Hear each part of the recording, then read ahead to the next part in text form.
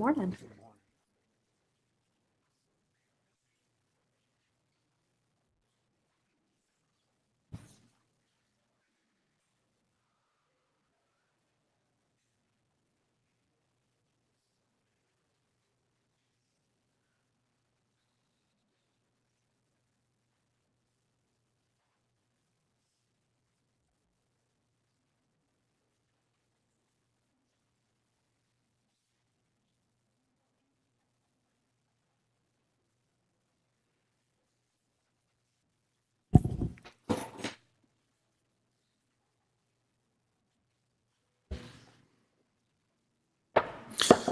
Calling our meeting to order at 9 a.m. Heavenly Father, thank you for this time to come to gather to discuss the business for the city of Lynn Haven. Bestow upon us your wisdom, fill our minds with your thoughts, our mouth with your words, our heart with your spirit, in order that we might be able to discern the needs for the citizens of this city and make decisions that will bless them and honor you. In Christ's name we pray. Amen.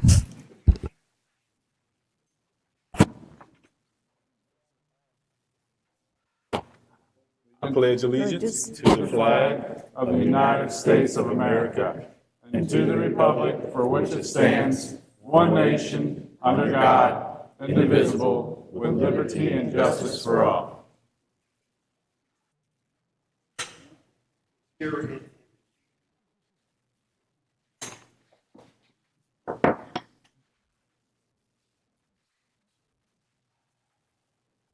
right, public commentary, Mr. Rich Walker.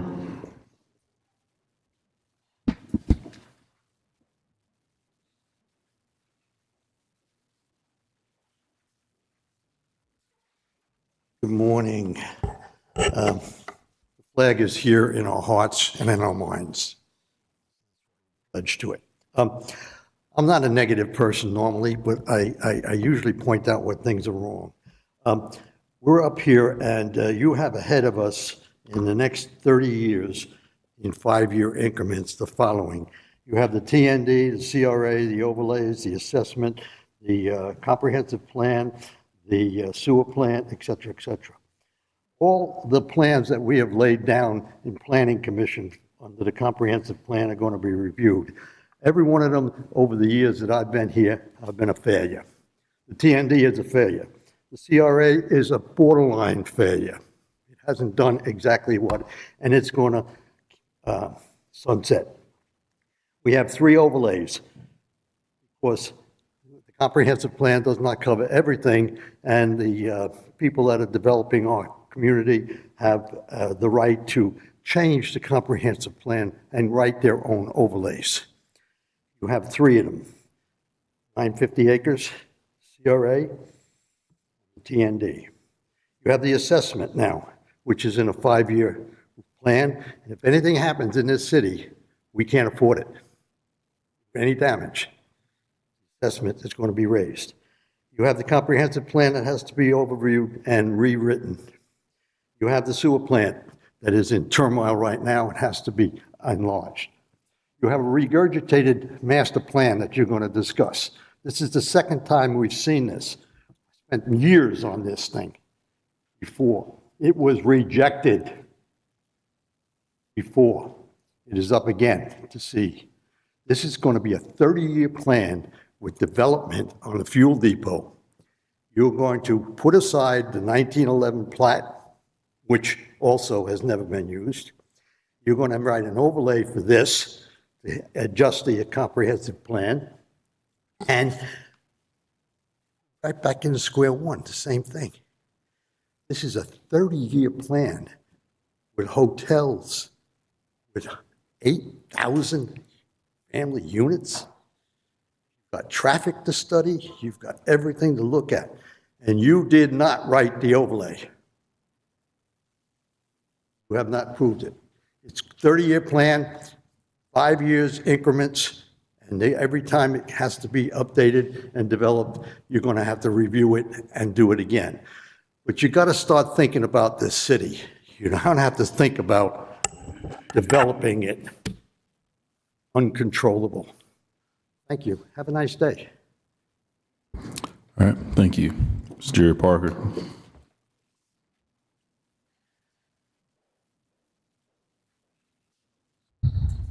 Good morning, Commission. Jerry Parker, Rhett Place.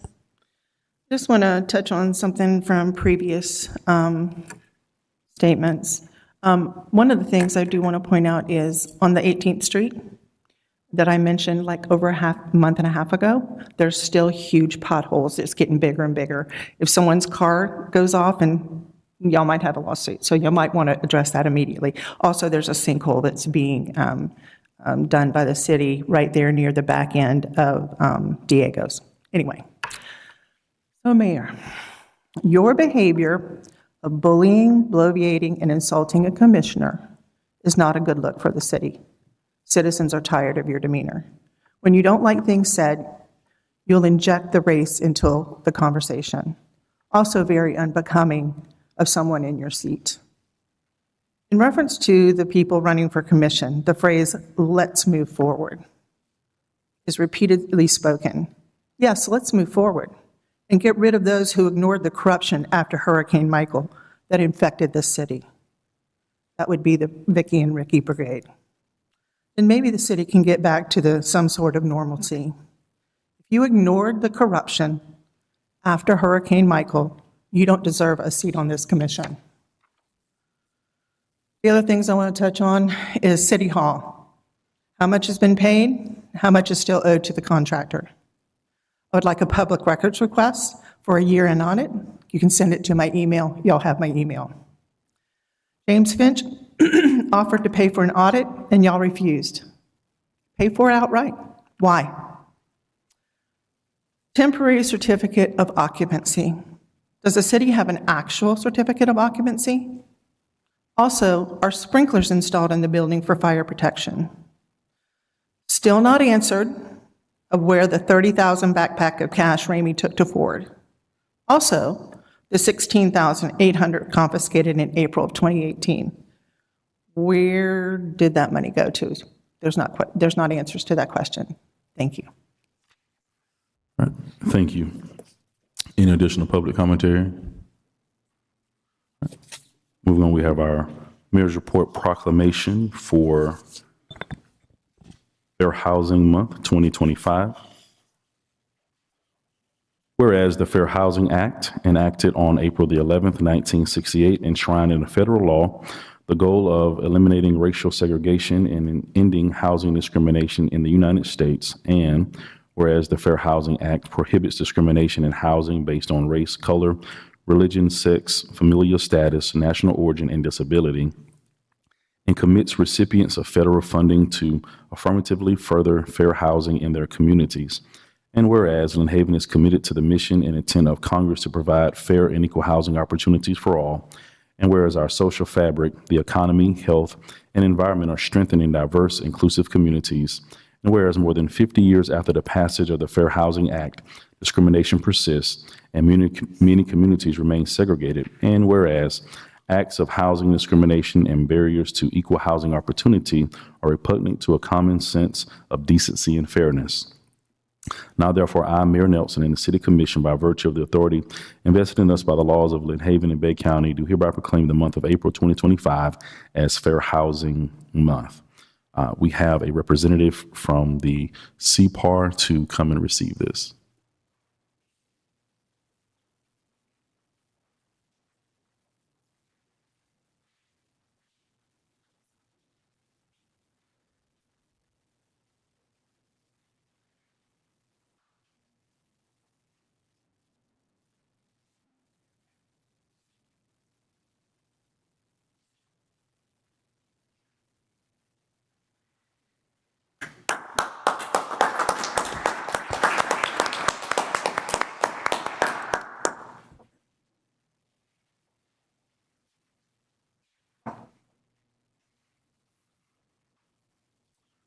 Next, we have proclamation for Landscape Architecture Month. Whereas landscape architecture is a multifaceted profession that encompasses the analysis, design, planning, management, and stewardship of the natural and built environment, playing a crucial role in shaping the spaces where people live, work, and play. creating community master plans, walkable neighborhoods, multimodal transportation networks, green stormwater systems, and accessible spaces such as public plazas, parks, schools, residential common areas, playgrounds, and trails that lead to active lifestyles and healthy communities. And whereas landscape architects as STEM professionals and licensed professionals leverage science, technology, engineering, and mathematics knowledge to address the most pressing challenges facing their communities, fostering innovation, research, and leadership in the field, also have a responsibility to protect public health, safety, and welfare through the thoughtful design, analysis, management, and stewardship of the natural and built environments in Lynn Haven, contributing to the overall well-being of its residents. And whereas landscape architects as licensed professionals, having consistently demonstrated their commitment to public health, safety, and welfare by designing accessible and safe public spaces, promoting active lifestyles, and fostering resilient and sustainable outdoor environments in Lynn Haven, have also played an integral role in shaping the economic, social, and cultural fabric of Lynn Haven, contributing to the creation of vibrant and livable communities that enhance the quality of life for all residents. Therefore, be it resolved that Lynn Haven citizens recognize and celebrate the vital role of licensed landscape architects in shaping the inviting, healthy, equitable, safe, and resilient public and private outdoor spaces that contribute to the overall well-being of its citizens and the economy, acknowledging the impact of addressing climate change and biodiversity through innovative and sustainable design practices, creating resilient and green infrastructure to withstand and respond to severe weather events, ultimately preserving the environment and ecological systems while reducing the burden on state and local funds for disaster recovery efforts. Be it further resolved that Lynn Haven acknowledges Florida International University and the University of Florida for their accredited landscape architecture programs, nurturing and inspiring students to become the next generation of leaders and innovators in landscape architecture within Lynn Haven. Now, therefore, be it resolved that I, Mayor Nelson, and the City Commission do hereby proclaim the month of April 2025 as Landscape Architecture Month. And we have a representative here to receive this.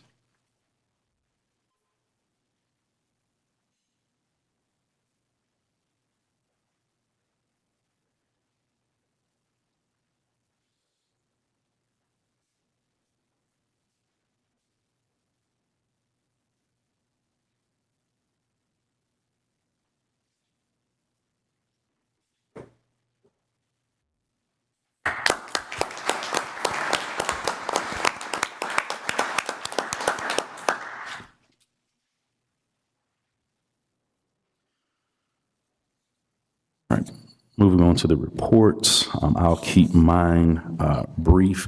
Just a couple of things. I've been tracking the legislative agenda and seeing what is impactful to our municipality. We get those alerts from the Florida League of Cities, and so I've been reviewing those and contacting those representatives that would be making decisions in regards to those matters. Also, we have made the next round of the state budget for appropriations, and so we're hoping that we can stay in the budget throughout the remainder of this session and then receive those funds in order to help us support the efforts that we're doing here in regards to our roadways, our fire truck, and then also in view of us working with the county towards moving our wastewater treatment plant. Also had a chance to go and celebrate 430 freshman students at Mosley High School who received honors for having at least a 3.0 or higher GPA during the fall semester. So that was pretty amazing to see 430 students with 3.0 or higher GPAs in their freshman class. So that was really exciting. Our future here in Lynn Haven is still bright, certainly raising the next generation of leaders. And so really excited about what they have to come. Also was able to support some North Bay Haven events. They hosted the district weightlifting championship for boys, and so was able to attend that and see some of our Lynn Haven guys move on to the regional round, and actually some have now moved on to the state. So really excited for the way they're able to represent our city and our community. Commissioner Peebles. Thank you, Mayor. I'm going to have a coffee meetup at Wild Root on April 19th at 8 a.m. if anyone wants to come and talk to me about whatever's on your mind. Of course, you can always reach out before then too, but it's fun to sit down and have a cup of coffee and talk face to face. I also wanted to thank everyone that came out on, I believe it was March 29th we got together, the community got together and helped beautify the park down in Porter Park. I think it was a great success. It's always nice it always feels awesome to know that you can get together with the community and do some good. So that was great. So thank you for everyone that came out to that. Also had the honor of going to the Governor DeSantis came down yesterday to Panama City Beach and had a press conference to talk about the Voter Freedom Act, and that was kind of neat to see the governor come down and talk to the local area about something that will greatly affect our area.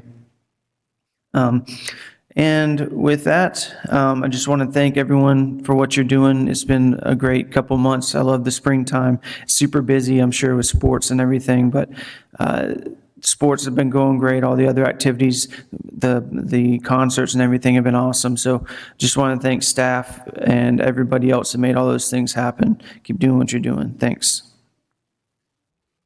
Commissioner Perno. Thank you, Mayor. Not much to report. I just want to thank everybody for being here. Your voices are heard every meeting. I appreciate everybody who takes time to come and attend the meetings in person. I appreciate the staff, all the city employees. It's been a long road with the estuary program. They had a foundation meeting yesterday. There's a policy board meeting on the 23rd. I believe the estuary program is shaping up to fall in line to possibly be a national estuary program in the coming years, which would be a good thing. I know we have a TPO meeting coming up as well. I look forward to the outcome of session and know where we're at with hopefully appropriation for the sewer plant, for the rate study. Have we heard anything about that as far as where we're at in appropriation on that? Right now, we're at 480 is where we are for the appropriations. We requested $1 million, and they put us at 480. So every request we made got cut by half in regards to going into the budget. Okay, well, every little bit helps if we get what we get for the rate study, we could continue on. And we were supposed to have one-on-ones about the consent order, correct? With Yes. the city manager. So are those going to get scheduled soon? Sorry. We just had a meeting with them last week on the water side, and I can schedule those when you are available to do so. I'll send out an email. Yeah, I just want to make sure that we're all going to get information as it comes, and I'd like to know as it's happening before, as far as after, Yeah. No, I think, and if you want Mr. Lightfoot to give you an update right now, I think he did that last week in terms of what we'll receive in the consent order. He can do that right now if you. Mr. Lightfoot. Good morning. So we did receive and execute our consent order March 6th. We submitted the first 10 and 15-day requirements, which was the public notice, and then our in-kind project that we proposed to do, which is our lift station SCADA. So we gave them a 30,000-foot overview of the lift station SCADA project. They did accept that. So we will be working on the formal in-kind project of the lift station SCADA, which we will bring to the commission for approval. And then we will also, we had a 30-day response we had to do, and then we have a 60 and 90-day response that the mid-year budget, we have put some funding in there for one of our consultants, and we will bring that task order once the mid-year budget is approved, and we will go from there. Questions? This the lift station SCADA, what exactly is that? So that is a monitoring program for our lift station. So it goes on the station and it alerts you of high level, low level, power failure, pump faults, et cetera. And it's, the intent is to prevent sewer overflow. So if the lift station motors malfunction and the level is rising, it will call the lift station personnel, and they can respond to reset the pumps or pull the pumps or whatever the issue is. Going to replace the light with the telephone number So on the light will still be there just in case, but yes, it's a more high-tech light. It alerts the phone. Okay. All right. Well, I just hope that, and my fingers are crossed, and I'm saying prayers that we get some appropriation for the rate study to go ahead and get the ball rolling on the decommissioning of our sewer plant. Yes, sir. Well, hopefully we can. This is the consent order appeasement, basically, for what the sewer plant does. That shows that we don't need it where it is. Right. Okay. All right. Well, with all that said, I do appreciate you, sir, and I'm just going to end my report. Okay. All right. And to your question, thank you, Mr. Lightfoot. Oh, another question? Yes, sir. I guess I'm sorry. I must have missed something. What's the consent order? I don't understand what. We had a consent order from the DEP. So from the release from the sewer, when the sewer plant releases into the bay. It's a, Panama City, it happens when there's infiltration, and so the state comes back and you basically get fined, basically. So, and there was a dollar amount attached to it, and it was hefty. So This is from the state environmental? This is from DEP. DEP. When we have a lot of, so say for instance, the storms that have happened in the past couple of years, and then our manholes overflow, or some of it's released into the bay, we report everything. We do not hold anything back. That's the right thing to always do. And then from that, consent orders are given. And some of the things they come and do inspections on, and then they give us direction as to what they want to see cleaned up, how they want to see the plant running. We fix and repair a lot of those things. And then after that, after we've done a lot of just the preliminary work, they come in and give us guidelines of what they want us to continue to do at the sewer plant. And then they'll put a fine to it. And that fine can also take in the form of an in-kind, which we already had into the budget. And tell me the fine was 100 and... Mine was approximately $170,000, Yeah. and your in-kind project has to be 1.5 times the fine. Yeah. So when did we receive the consent order? March March 6th. 6th. Yeah. Okay, thanks. All right, any other questions? All right, for following up on Commissioner Perno's statement, in regards to our City of Lynn Haven appropriations that are now with the state legislature, we requested $1 million for Lynn Haven paving project, $1 million for Lynn Haven wastewater feasibility rate study, and $1 million for a fire department pumper truck, or $980,000 for the fire department pumper truck. Thank you to Senator Trumbull and Representative Griffiths for requesting these funds for us. They both submitted it to their committees in those amounts that were requested. And now we are, as of right now, we're in the budget for the line item of $500,000 for our Lynn Haven paving project, $500,000 for the feasibility study, and $490,000 for the fire truck. Right. Commissioner Ward. I don't have a whole lot. I didn't have time with the commissioner last month, been pretty busy. So I'm going to have one this month on the 12th of April at Slim Chickens at 11:30. So any residents want to come out and talk with me, I'd be more than happy to have you. And that's pretty much all I have. I just thank all the city employees for what you do. Thank you. And Commissioner Vandergrift.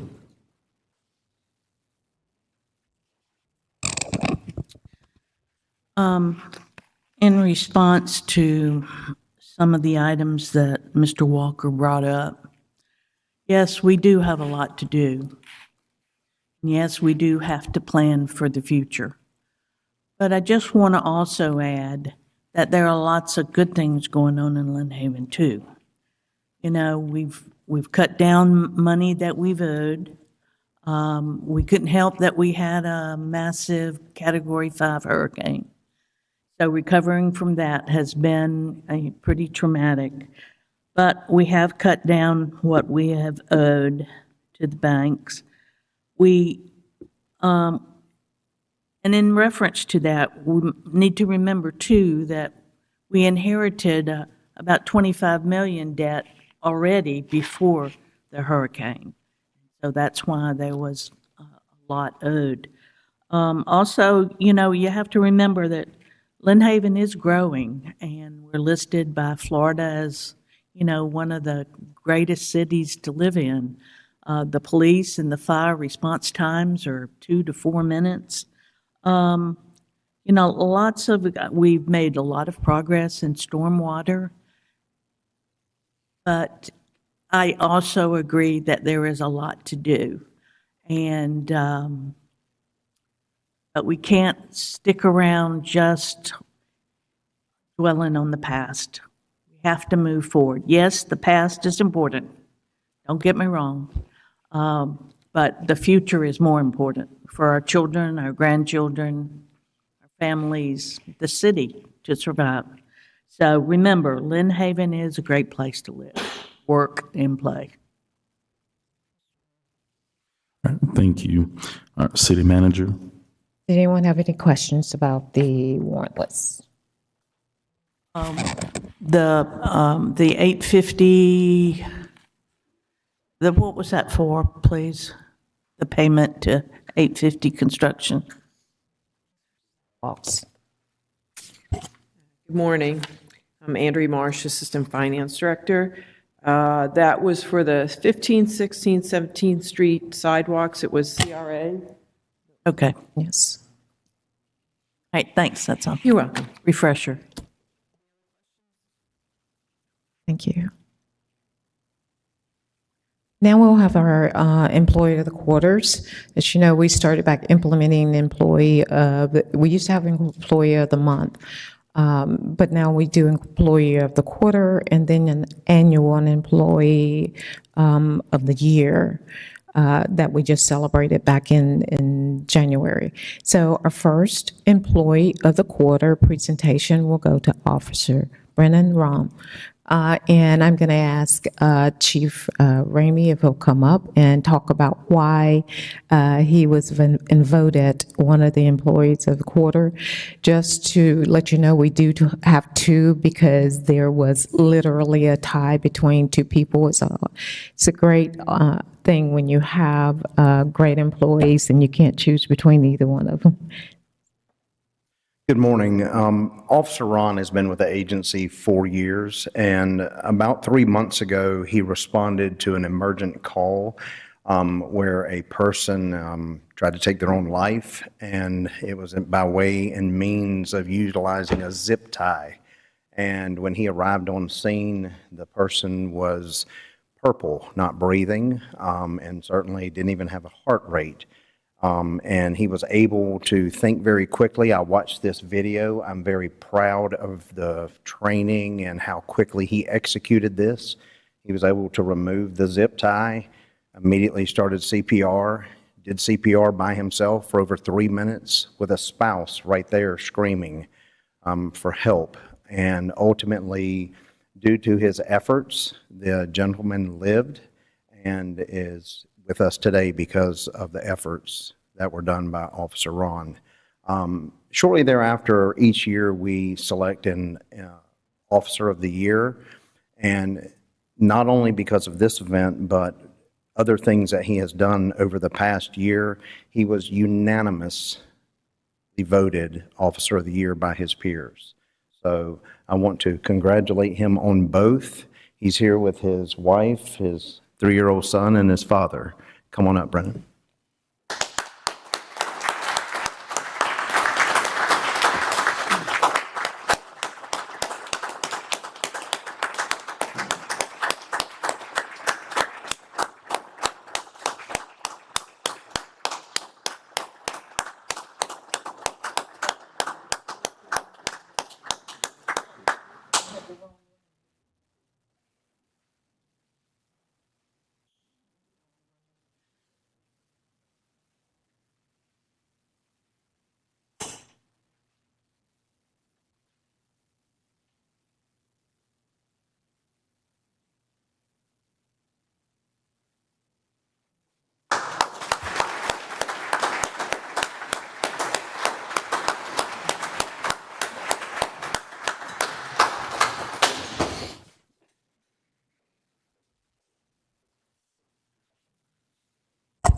And our second one goes to Don Brothers.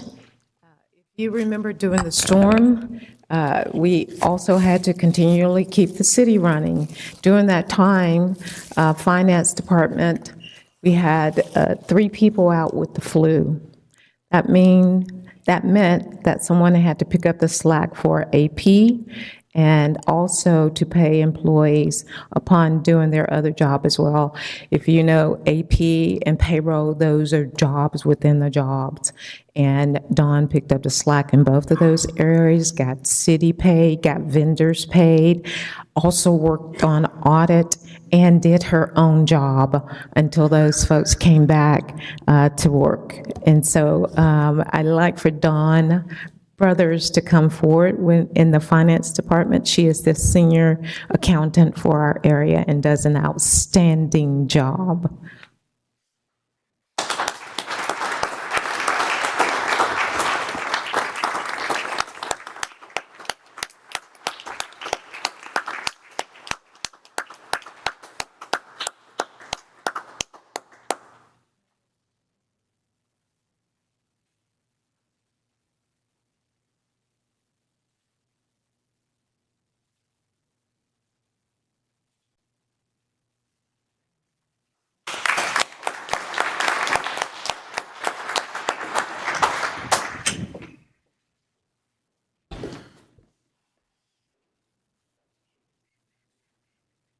And thank you to all our staff and leadership for voting and choosing these outstanding employees.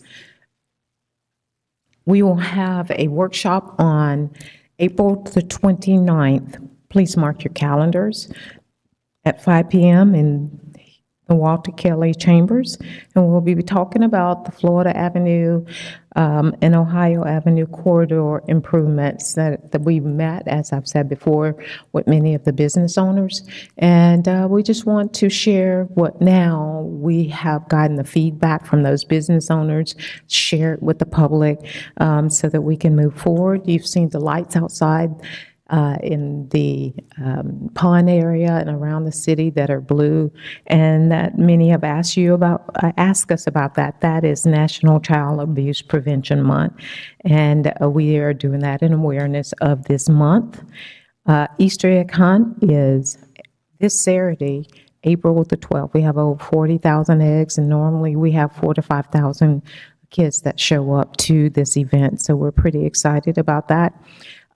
Many things have been happening out at Porter Park. One of those things is we've been trying to really repair the seawall for the past couple of years. This time it was a permanent repair. We're pretty happy with that. It's complete. In the next 10 to 14 days, we'll be putting down sod there and putting in the irrigation that was torn out to repair that seawall system. We're glad to say that we're finished with that. And then lastly, the crayfish piece of equipment out at Bayou Park is going on with some temporary repairs as well. It'll probably take about 30 to 60 days to repair them. We ask people to be patient with us as we monitor that piece of equipment and replace it at the same identical time. We want to thank everyone for all of the help that they've done with helping us give away the trees. It was just absolutely phenomenal. Our last tree giveaway, we had over 290 people to attend the tree giveaway, which is pretty amazing. And then we will be recognizing Arbor Day this month as well. And that is my report. All right, thank you, City Manager. City Attorney. No report. All right, moving on to our consent agenda, approval of minutes 325-25, approval of residential incentive program application for 1315 Illinois Avenue, approval to authorize the mayor to sign Amendment 2 of the Community Development Block Grant for Disaster Recovery Hometown Revitalization Project for West 10th Street Utility Improvements Project, also known as M0045, and approval to authorize the mayor to sign Amendment 2 of the federally funded Community Development Block Grant Disaster Recovery Hazard Mitigation Grant Match for the Lift Station 1, 2, 3, and 4 generator project. Is there a motion for this? Motion to approve. Second. All right, motion and second. City Manager, if you call the vote. Commissioner Ward, Yes. Commissioner Perno, Yes. Commissioner Peebles, Yes. Commissioner Vandegrift, Yes. Mayor Nelson. Yes, motion passed. Moving on to old business. This is update and possible approval of the stormwater assessment fee. We've have discussed this for the past several months. We've also had Stantec to go back and do some reevaluation for us to reconfigure some things. We've also asked staff, Stephanie specifically, to meet with Munis to see what particular fees would be if we were to consider putting it back on the utility bill. So we'll be receiving those updates today and hopefully making a decision so the staff will know how we want to move forward in implementing our stormwater assessment. So at this time, we're going to have Stantec to give us a brief update and feedback on the stormwater fee structure. Hello, can you hear me? Yes. Good morning, Mayor, City Manager, Commissioners. This is Peter Napoli from Stantec. I'm going to be giving you guys a brief presentation today. As the Mayor was explaining, summarizing the updates since we last spoke, we took some of the feedback and direction from the Commission, both the Commission and the Financial Advisory Board, and went back to reworking the tiers and the scenarios, and we have some results here for you today to consider and discuss. So without further ado, I'll begin the presentation. Let's see if you're seeing the right screen or not. Okay. I'd just go this way. I think it'll be easier for me to share this way. Okay, you guys can see my screen okay? Yes. All right, so we'll briefly review the revenue requirements part of the scenario here. We added an additional scenario to that for your consideration. Then we'll just look at the current fee structure again and the distribution, so we understand why we endeavored down this path and you know the issues with the existing tier system. Then we'll look at the tier structures under the 4 tiers only. Now we received direction to just move forward with 4-tier options. So we have 2 options for you today to look at, and then we'll look at customer impacts. And then we've also incorporated the vacant discussion. And then what's not shown here on the agenda is we included a slide to discuss the utility bill versus the property tax bill and the pros and cons of both of those collection methodologies. So you'll recognize this scenario. This is the scenario 2 from last time around, but it's essentially a 50% increase in the upcoming fiscal year for your stormwater assessment. That includes the assumption that $300,000 a year would be allocated from the sales surtax funds to support stormwater capital projects, major stormwater capital projects. And over a 5-year period, this achieves sustainable reserves. There is a dip in the middle there due to capital, but just looking comprehensively at a 5-year outlook, this is a sustainable outlook and a potential plan for the Commission to consider. We added an additional scenario where after the major adjustment of 50% in 2026, the Commission considers adopting 3% increases to the stormwater assessment rate afterwards to kind of show that there are still inflationary cost increases in each year that do affect the cost side of operations and capital, and the rate would be adjusted annually to try to keep up with that. This is an even more sustainable plan where you actually begin to build reserves, substantial reserves in the stormwater account, and you could either experience those reserves and have a better rainy day fund, or you could have less reliance on the sales surtax fund. So it's kind of gives the commission more flexibility and options if you considered this 5-year rate plan.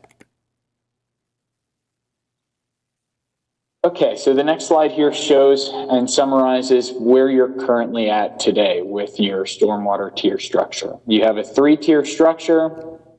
50% of the population, 50% of the bills fall within the first tier. So you can see that in the gray.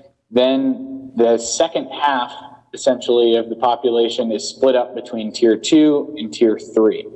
That first tier goes all the way up to 2,900, and then tier 2 is from 2,900 to 4,000, and then 4,000 and above is tier 3. Our observations looking at this is that tier 1 is too large. Tier 1 is actually incorporating the average, which in a normal distribution would be in the tier 2. So our first suggested reshuffling or reallocation of the tiers is shown before you here. This is our 4-tier from last presentation, where the vast majority of the population will begin to fall within the tier 2. So you'll see tier 2 is widened from 1,600 all the way to 4,300. 68% of the population falls within that tier. 15% would stay in tier 1, 7% would fall within tier 3, and then 10% would fall within tier 4 at the end here, picking up this tail. This shifts the ERU to 2,800 to fall within the midpoint of tier 2. And there are some big impacts here because there were a lot of this population fell within tier 1 previously. So they would be looking at going from that $91 charge to about a $200 charge. So it is a big impact for them, but that is kind of a result of fixing and reallocating these tiers to show a more normal distribution and present a more equitable rate structure. So we received direction to look at this and see if there's any other way to kind of offset the impact on these tier 1 customers and kind of shuffle things maybe a little more even. So Kyle and I went through multiple iterations looking at different scenarios where we're still trying to balance where we want a fair methodology that's proportional, but also meet the goals of the commission and the advisory board. And this next slide here shows what we were able to come up with. So essentially, instead of adding the 4th tier at the end, the tail, we split up tier 2 in the middle. So that's kind of where the new 4th tier is occurring. Tier 1 is now a little bit higher, $110, but it breaks later. So you pick up more parcels in tier 1.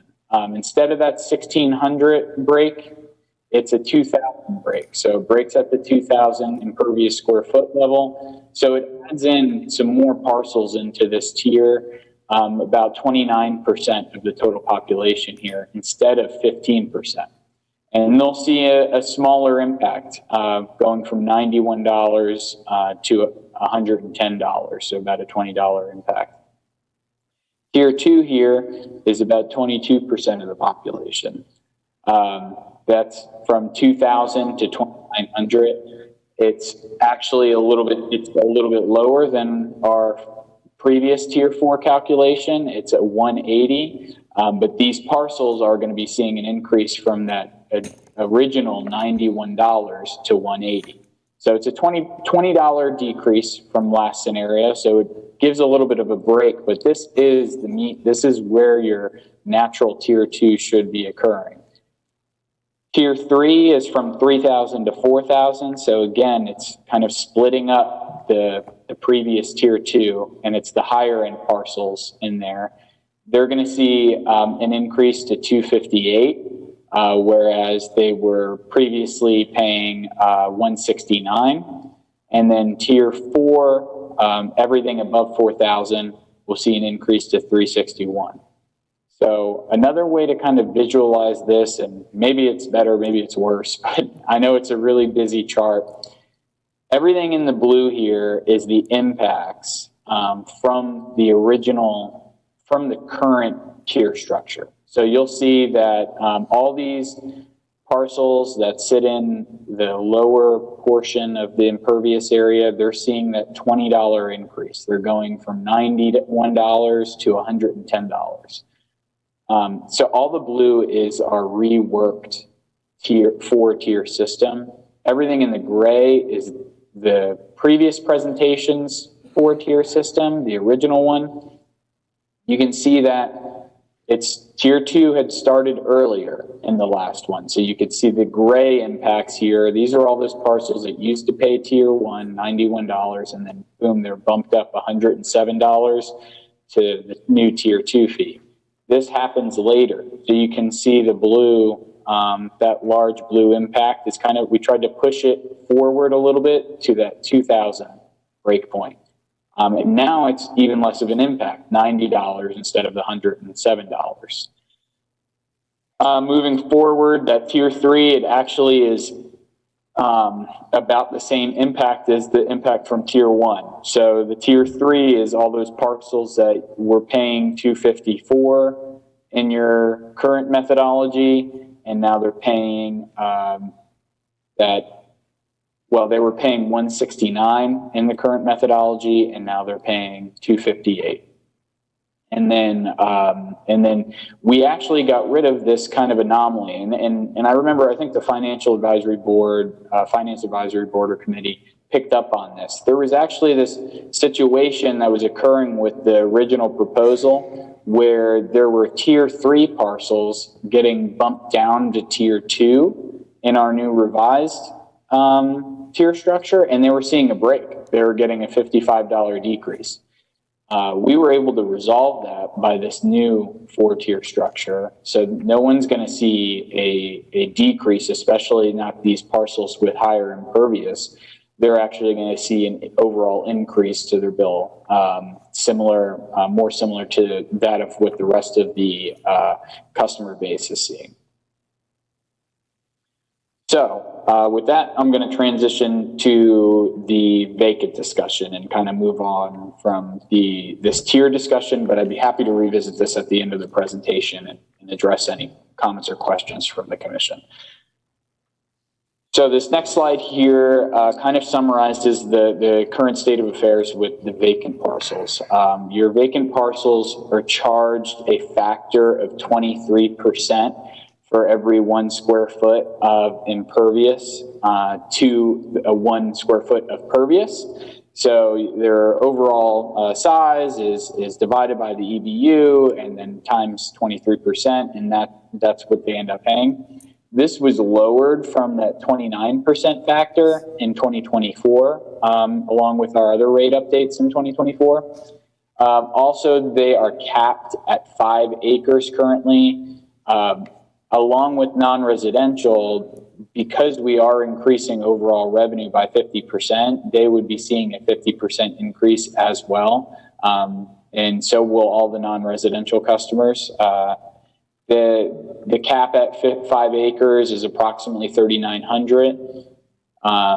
This generates about $360,000 in revenue. So you can see the kind of split here off to the right in this pie chart.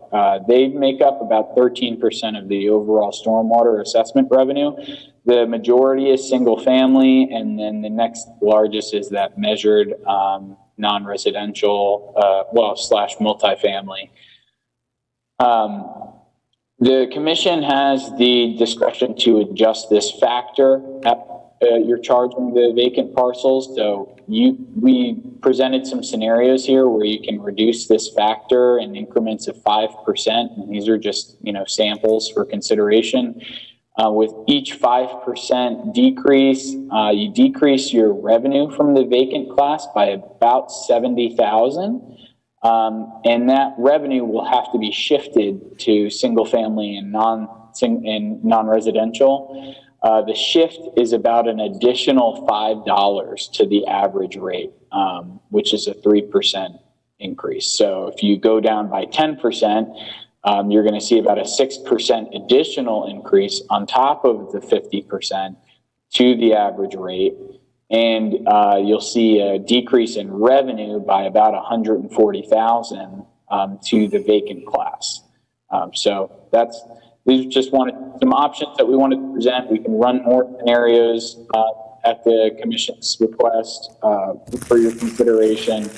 But that's kind of how it works with the stormwater assessments. You know, if you minimize one class, it has to be, the burden is shifted to other classes. So it's always kind of a balancing act there. And then, so this is our billing method comparison chart, and this is actually a chart we've used in other stormwater presentations before for cities and counties to consider. What we're seeing across the state is, a migration from the utility bill towards the non-ad valorem assessment. And that's just what we're seeing. I'm not taking, kind of a favorite or a biased standpoint here, but there are pros and cons with each. On the utility billing side, it's easier to change the fee because there's less, statutory limitations on the collection method, and it is a monthly fee. So it's, you can kind of consider that it's a lower impact up front from people paying. However, if you're paying for your house, if you have a mortgage, you're paying that non-ad valorem assessment monthly as well, because if you owe any money, it's getting taken out of escrow on a monthly basis. So you kind of don't have to pay it all at once. But in most cases, utility billing is monthly, and non-ad valorem can be considered annual. So, and this is kind of a particular, con for Lynn Haven, is that, you currently don't have it set up for the utility billing. Your billing roll is per the property tax roll. So there is a cost if you wanted to change, and that would be either way. If you were going from utility billing towards non-ad valorem assessment, there'd be a cost there too.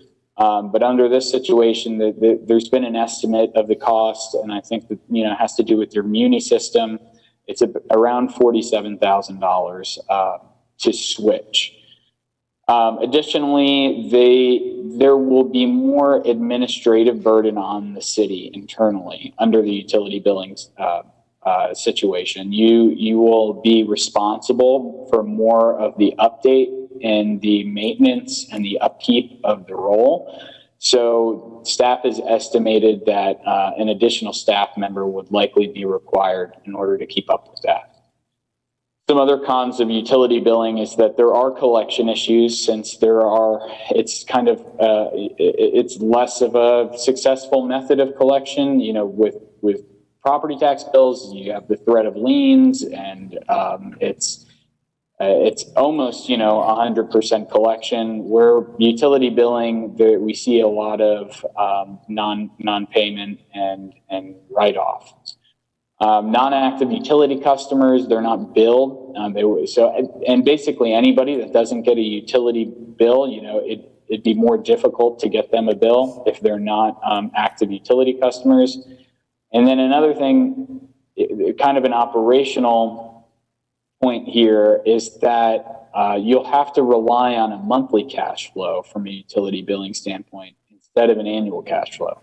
Currently, you get most of your revenues from the stormwater assessment within the first several months after the tax bills go out, and then you have the money up front. You have more liquidity. You can start projects sooner.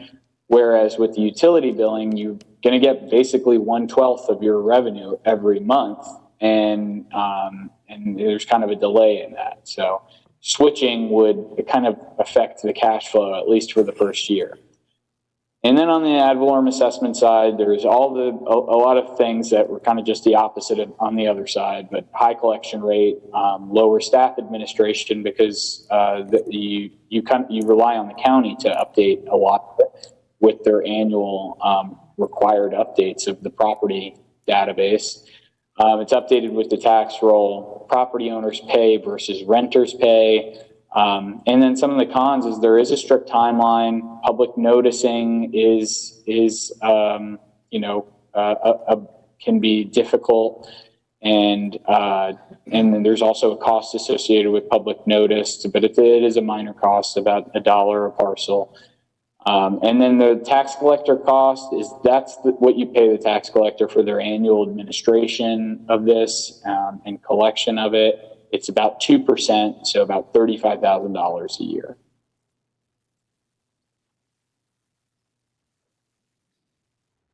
So the final slide here, just wrapping up, we're asking and staff is asking Commission's direction on kind of 3 points here.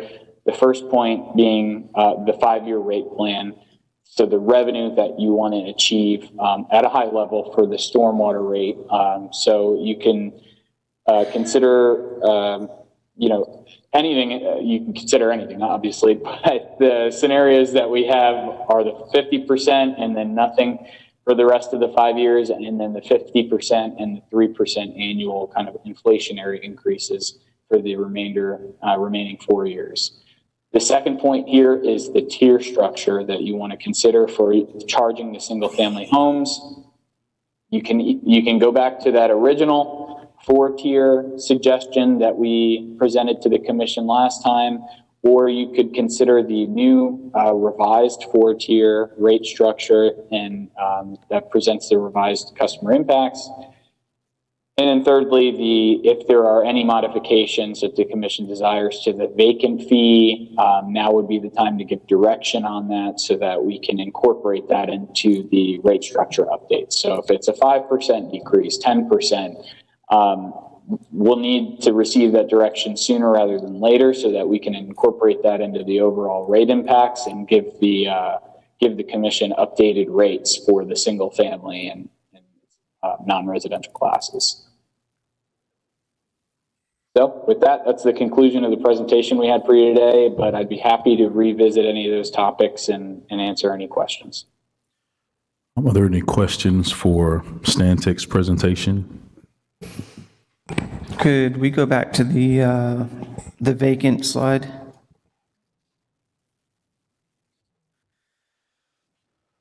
All right, thanks. So essentially, what this is saying, let's use the 18%, for example. If we change it to 18%, then that means the average change for the residential in the tiers would be 3.11% higher than the 4-tier that was proposed? Correct. Okay, thanks. I just wanted to make sure I understood that properly. Thank you. Yeah, no problem. So I want to make sure I understand this right. If my calculation's right, if you're in the 2901 to 2999 impervious area, that means your rate will almost triple, right? Or am I reading that wrong? 2901 would be currently paying $169. And then 2901 under our revised would go from 169 to 258. Okay. So that's an $89 impact. It's the same impact as the parcels going from $91 to $180. And one thing this doesn't talk about is non-residential. So how does that impact the residential rates if those are adjusted? So the non-residential rates essentially are only impacted by the rate revenue increase that you're considering. So if they're gonna, since we're not restructuring how they pay like we're doing with the single family tier, they're still going to raise the same amount, and then they'll receive that 50% increase from the rate adjustment. So they're going to see a 50% increase across the board. So right now they pay $169 for every 3,900 square feet of impervious area, right? Mm-hmm. And so what would that increase to?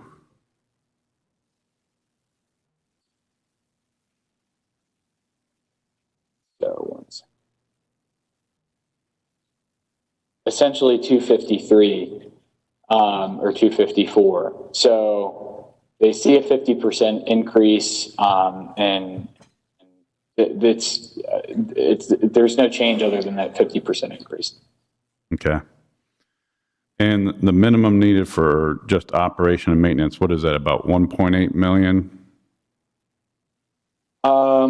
Let's see. Yeah, that's kind of currently where you're at in 2025. You're correct. So in 2025, you're covering operations almost exactly, and it's about 1.8 million. So moving to this around 2.7 million is essentially capital driven, so that you could start funding the important infrastructure needs around the city. Okay. Do we, how much surtax money do we have?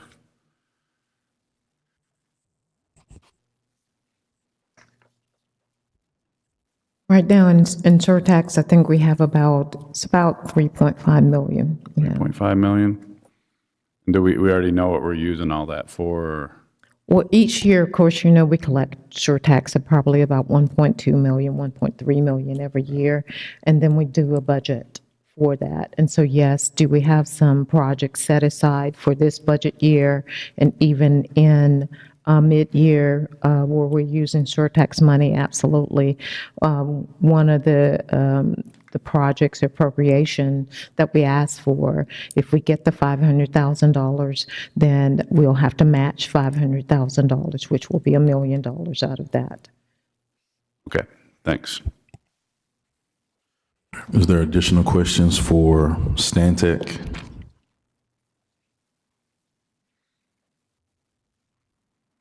All right.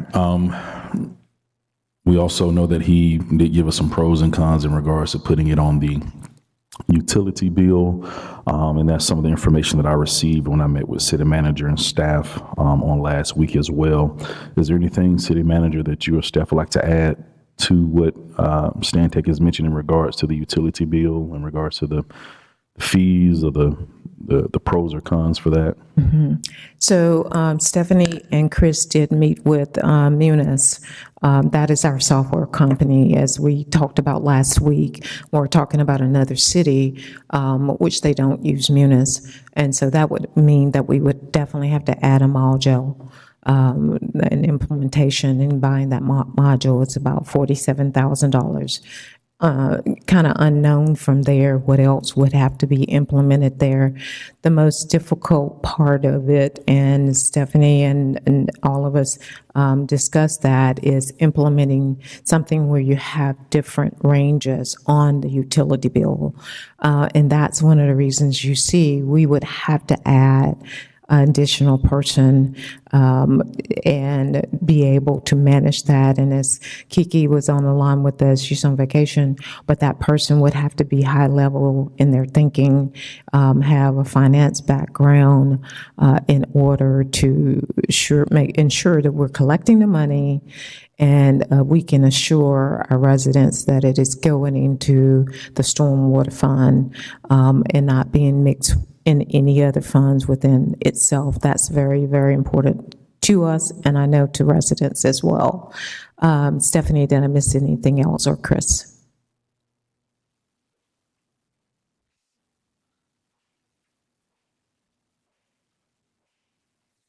You did pretty much cover everything. Just to kind of summarize, though, we previously did collect stormwater on the utility bill. The difference this time is that we would be restructuring the way we're billing. Previously, it was one flat fee across the board. The change, which would justify the cost, is restructuring the billing to account for this house has a different impervious surface than this house, so they would pay a different rate, and record keeping that space. Also keeping track of ownership of properties, which is something that we don't currently do. That's the cost change that we're looking at. Other than that, everything has pretty much been covered. Also, I did want to add that Munis said that if we did go this route, we would have to have a signed quote by the end of April, because it would take that long before October to be able to put this in place. One question I do have, I do remember you mentioned during our discussion in regards to bad debt write-offs, closing accounts, and how that could impact the stormwater income. Correct. So currently, if somebody doesn't pay the city for their monthly bill, we disconnect the water services. We would probably have to rewrite the ordinances to give us some type of teeth to back it up. But if somebody doesn't pay on their vacant property or their inactive water account, but they have a house there, we would need to look at possibly putting liens on the property and incorporating code enforcement into the process. Okay. Are there any additional questions for Stephanie? No, I appreciate the information. It's really good information. Thank you. All right. Thank you. So we have before us for our consideration today to possibly approve a 5-year plan, choosing between one of the 2 tiers, and then also deciding on the vacant parcel fee. I would encourage us to choose a 5-year plan. Going back, looking at some of the figures that we've had to pay over the past few years, each time we adjust the plan, there's also a mail-out fee that goes with that. And that's approximately $8,000 to $10,000 that we have to send out a notice each time we adjust it. So That's unless we do it early enough to put it on the one we get from the county when they send theirs out, because we can put it on that one for free, right? You can if you meet their deadlines. Right. And I'm trying to remember what that deadline is. Changes, usually the end of July is when the property appraiser requests the information to go on the trim notice. The question is, if we change our rate plan, then we have to notice them that the rate plan has been changed. Both are correct. Yes. Yes, you have to notice it. Yes, you may avail yourself if you stay with the uniform method of doing it on the trim notice. I'm not sure that the property appraiser would allow you to use his trim notice if you were no longer using his services. That's good that we're looking at it now then. yes, But you're right. If we don't do it in time, then yeah. And I would say, I guess, in the past, with our timeliness, we've had to pay the mailing fee. So that's one thing to consider as we look at a 5-year adjustment. Also, every time we go back to Munis to ask, or Stantec to ask them to adjust something, it's a cost. So for example, when we asked them to rework the tier to 4 tiers, it was a little over $8,000 for them to rework those tiers for us. So I think deciding on one of the tiers and saying, hey, this is what we're deciding on, and then moving forward with that, one would certainly save us in cost in regards to having to pay out that. The question I did ask Stantec and City Manager when I met with them last week is what would be our annual cost to Stantec? So it's not a, hey, we picked the 5-year plan and we don't pay anything, but it was approximately like $10,000 to $15,000 for them to do all the work that the staff member that we're seeing at $80,000 a year would have to do. So there still is some cost associated with it, but certainly, if we're looking at, the financial side of it, it'll be 10 to 15 versus the possible 80 for Stantec to do all the work that we will hire someone to do. So I'm not necessarily saying, hey, we have to go with Stantec and their tier plan, but I'm just providing the information that I received in meeting with them and asking some different questions of them. And right now we see that it is a process that's working. We are being able to collect our fees, get those things in. And I think also hearing from our citizens, none of us I don't think any of us are overjoyed about the increase and the possible, and what that looks like for our community. The feedback I think all of us have probably gotten is that if we're going to increase, people would like to see capital projects being done. And that was, I think, part of the assumption when we first added this assessment with the increase was that projects would be, capital projects would be able to be completed. And as we can see, even from this year's budget, from, state funding, depending on grants, it's not going to be sufficient for us to really be able to handle our stormwater because there's everybody, asking for monies throughout the state of Florida. So I think it'd be good if we could, maintain and create our own capital income so that we can handle some of our projects. and continue to follow through on the promises that we made our citizens that we'll, aggressively attack the stormwater issue. I think we've done a great job of mitigating stormwater and flooding issues in Lynn Haven, but as Commissioner Vandegrift mentioned, we still have work to do. And so I think it'd be great if we can put a plan in place, and that our commission be that commission that puts, to say, hey, the buck stops with us, and we're, taking this seriously. I know there's been concern about why hasn't it been handled previously. When I talked with other commissioners from previous commissions, they chose to focus on safety and security as opposed to stormwater at that time, which was important. And I think now that we have our safety and security at a premier level, that now we can have the opportunity to focus on stormwater to help mitigate, flooding in our area. And Commissioner Perner always highlights, where we are. And so we're going to always have some issues. There's going to always be some challenges that we have, but we can do the best we can to help fight those challenges and try to ensure that no home in Lynn Haven floods. And I think that should be a priority, is making sure that no home floods in our city. In regards to the 2-tier plans, I know we had the original tier. Hopefully that second tier looks more like what we've asked for. Seems like it's certainly what the Financial Review Committee asked us to consider.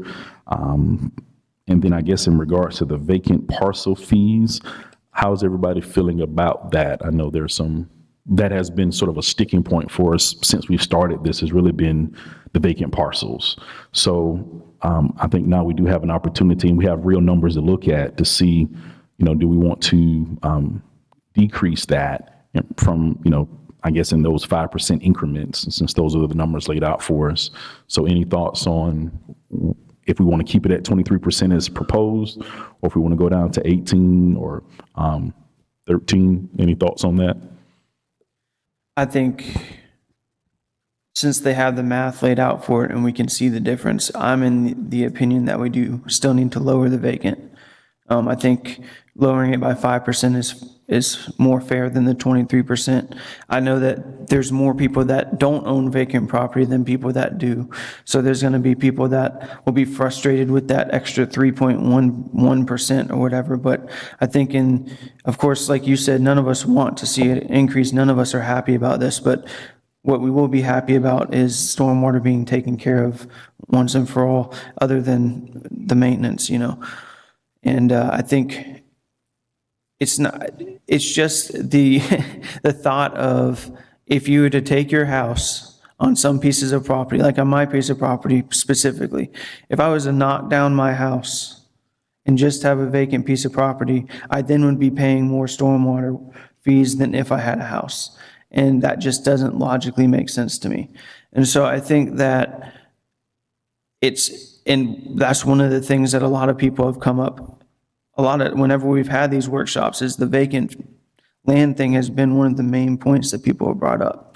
I think at a minimum, we should do the 5%. I can understand the argument not to do more than 5%, because that'd be a drastic change to the tier system we've been looking at. But I think a 5% decrease down to the 18% is a fair compromise. Okay, so if we decrease 5%, we go up 3.11% on the 4-tier scale, right? Okay. Now, you didn't. I just want to piggyback. I'm okay with the going down the 5% on the vacant land, and go. It would create an increase on the 4-tier, but I like the second 4-tier that they sent us, the new one, and I prefer that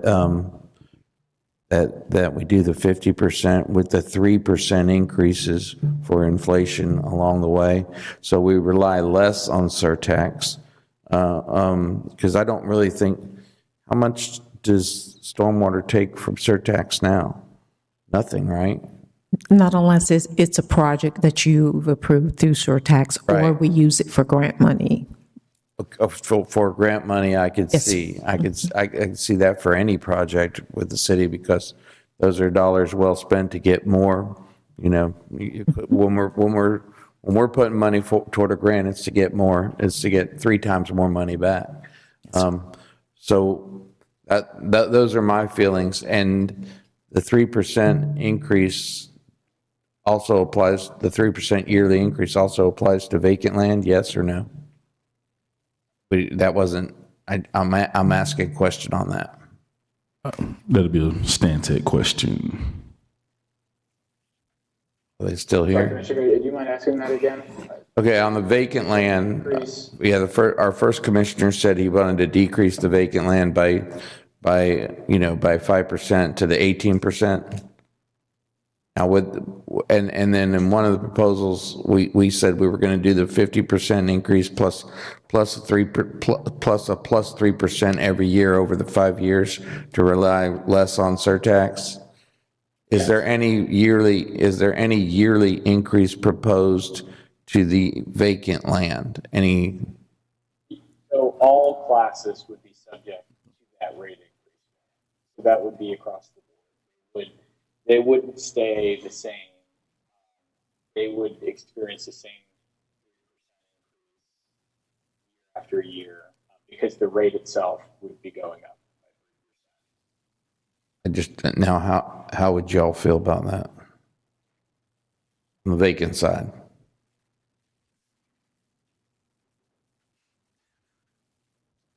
I don't know. Can we go back to the vacant slide again, please?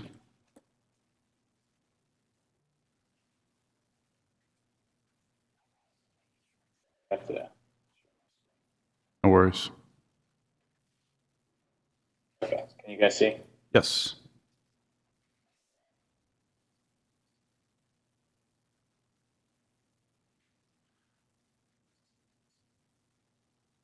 So I'm trying to do a comparison on this. If you have a vacant lot, you're going to be paying the same as a tier 2 for every X amount of square footage of vacant land that you have. Up to 5 acres. Am I reading that right? I'm just trying to figure out.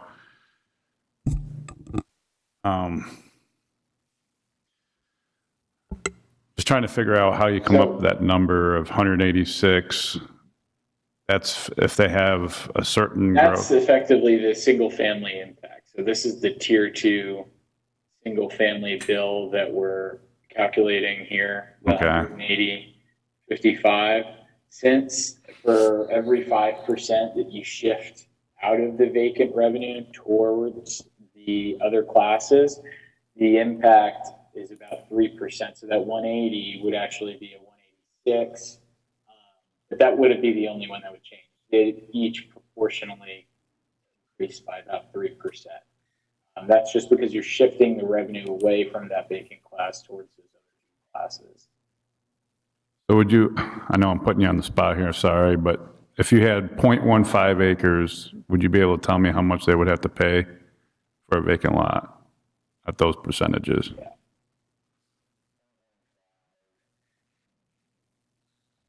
0.15 times 43,560.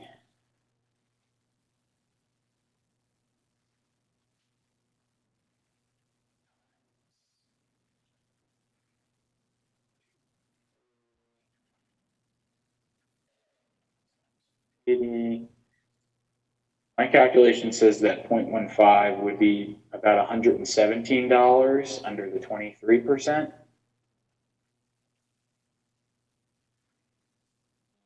Double check. 50.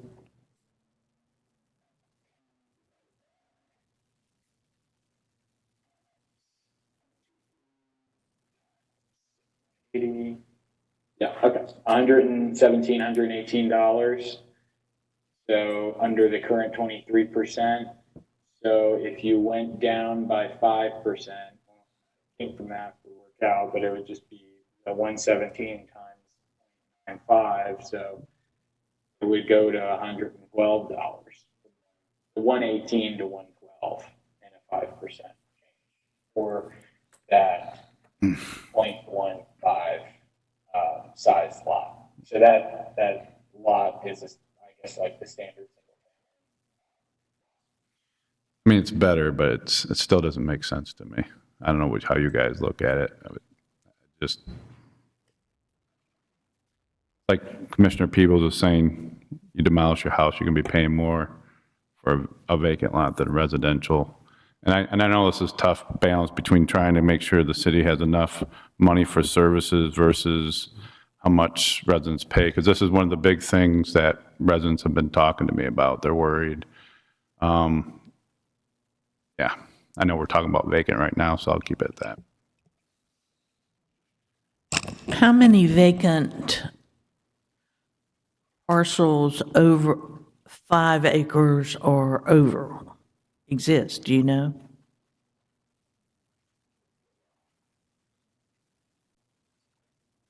What was the question? How many vacant parcels are over 5 acres? Yes.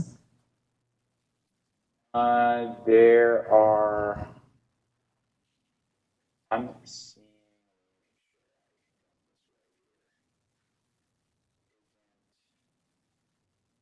I have the last year's billing roll. So we don't know yet for this, but about 40 of them are capped at 5 acres. So most of them are in the average range for a house. So if 0.15 is the average size for a house, and the cost would be $117, I don't think that's outrageous. Am I missing something? It's,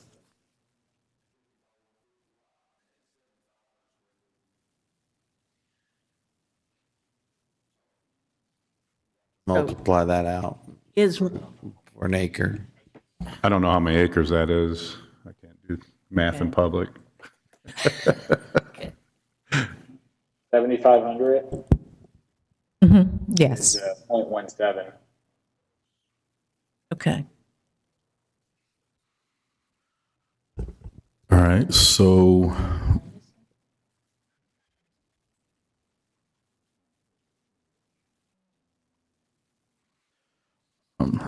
what we have before us now is, from hearing everyone, is a 5-year plan with a 50% increase for the revised 4-tier assessment, increasing with about 3% annual increase, and the vacant land being at 18%. That's what I'm hearing right now. Right, so 5-year plan of the revised 4-tier system with a 50% increase, with 3% annual increase, and vacant land being at 18%. Is there a motion for that?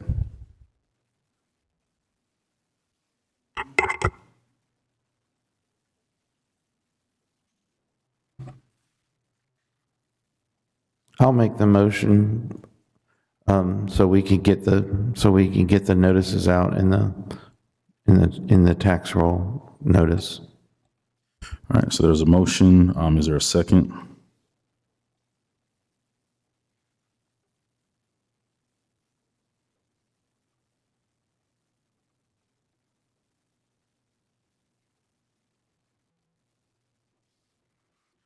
All right, not a second. That motion dies. So what would the commission like to do? Because we have to make a decision. All right, now I have a question first. So if we take it off of the vacant land, it goes onto the backs of the residential. Yes. And the vacant land has been the flux since we've added the assessment. I know we've massaged it over the years, because at one time there was no cap. And so then we did implement a cap after hearing from some of our vacant landowners. And this probably has been the best that we've been able to see in regards to the vacant fee, as opposed to the previous assessments. So I know we have to make a decision sometime. This is very difficult. yes, it is. We want to be fair, and It was difficult years ago at the first workshop when I got told that, I said it right there in the workshop, the people had vacant land, were going to be highly upset about this. How can we do this? But here we are, and we've already done it.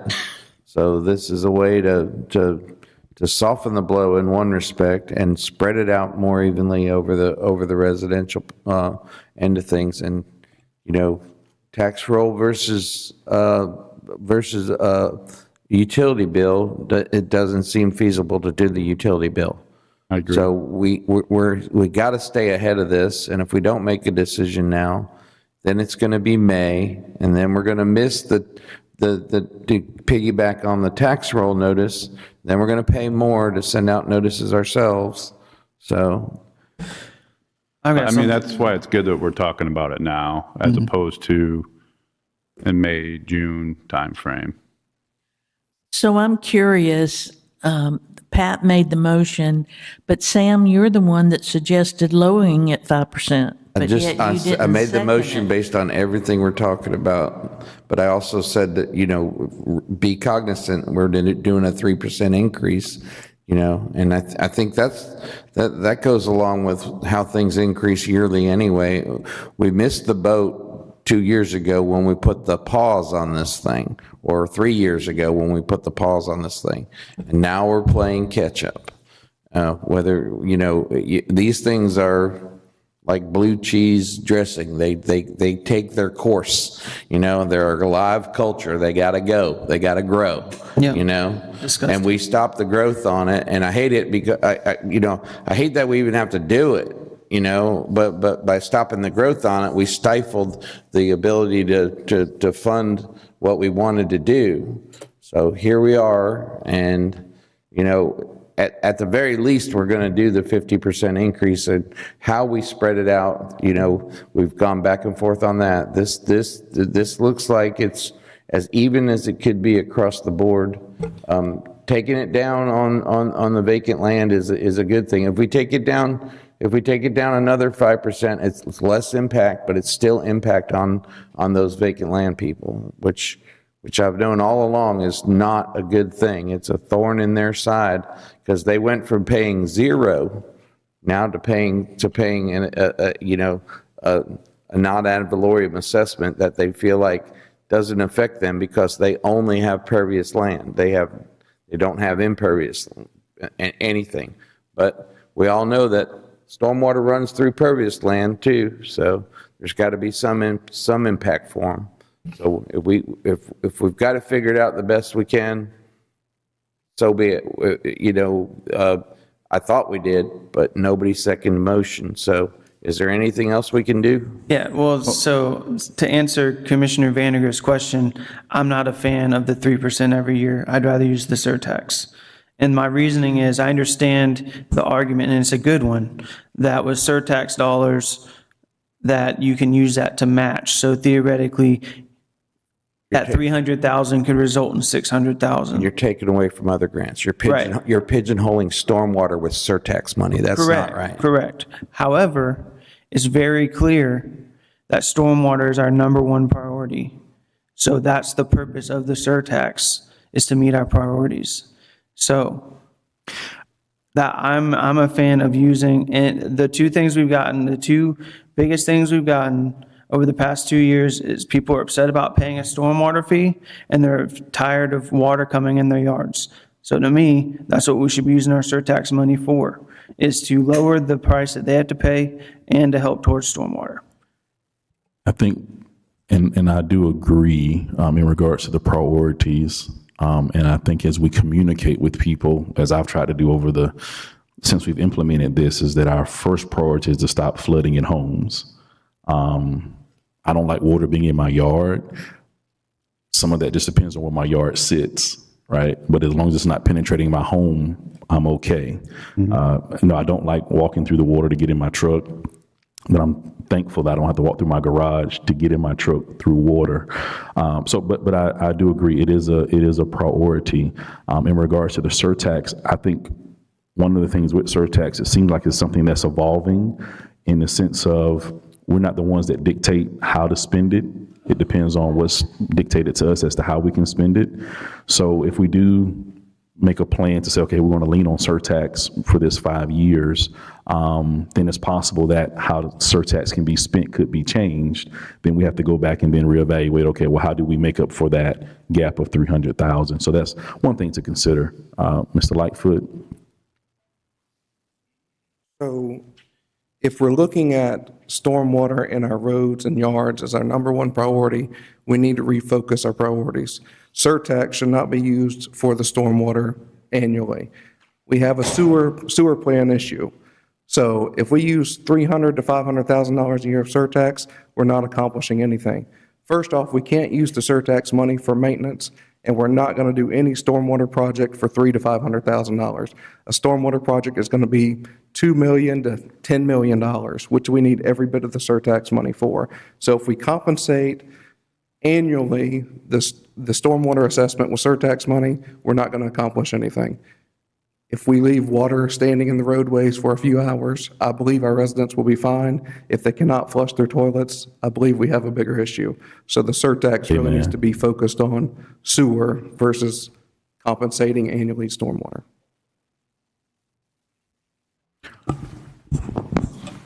So this is what I was going to say earlier. We're talking about vacant lots. Normally, when residents talk to me about stormwater, normally it leads into the water and utility rates, because we know we went up quite a bit on that. And so I think, this decision is not just on stormwater, it's on everything, It's like, I got to pay more here, I got to pay more, and we know it's got to go up. I mean, there's nothing, it has to, right?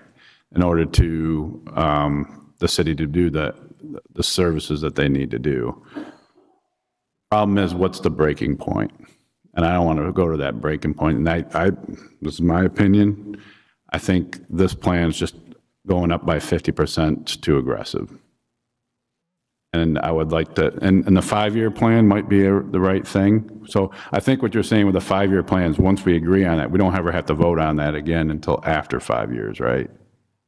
We would vote on it every year, but Stantec does not have to do another assessment, or they don't have to reconfigure the assessment. So once we give Stantec direction and say, hey guys, this is where we would like to go.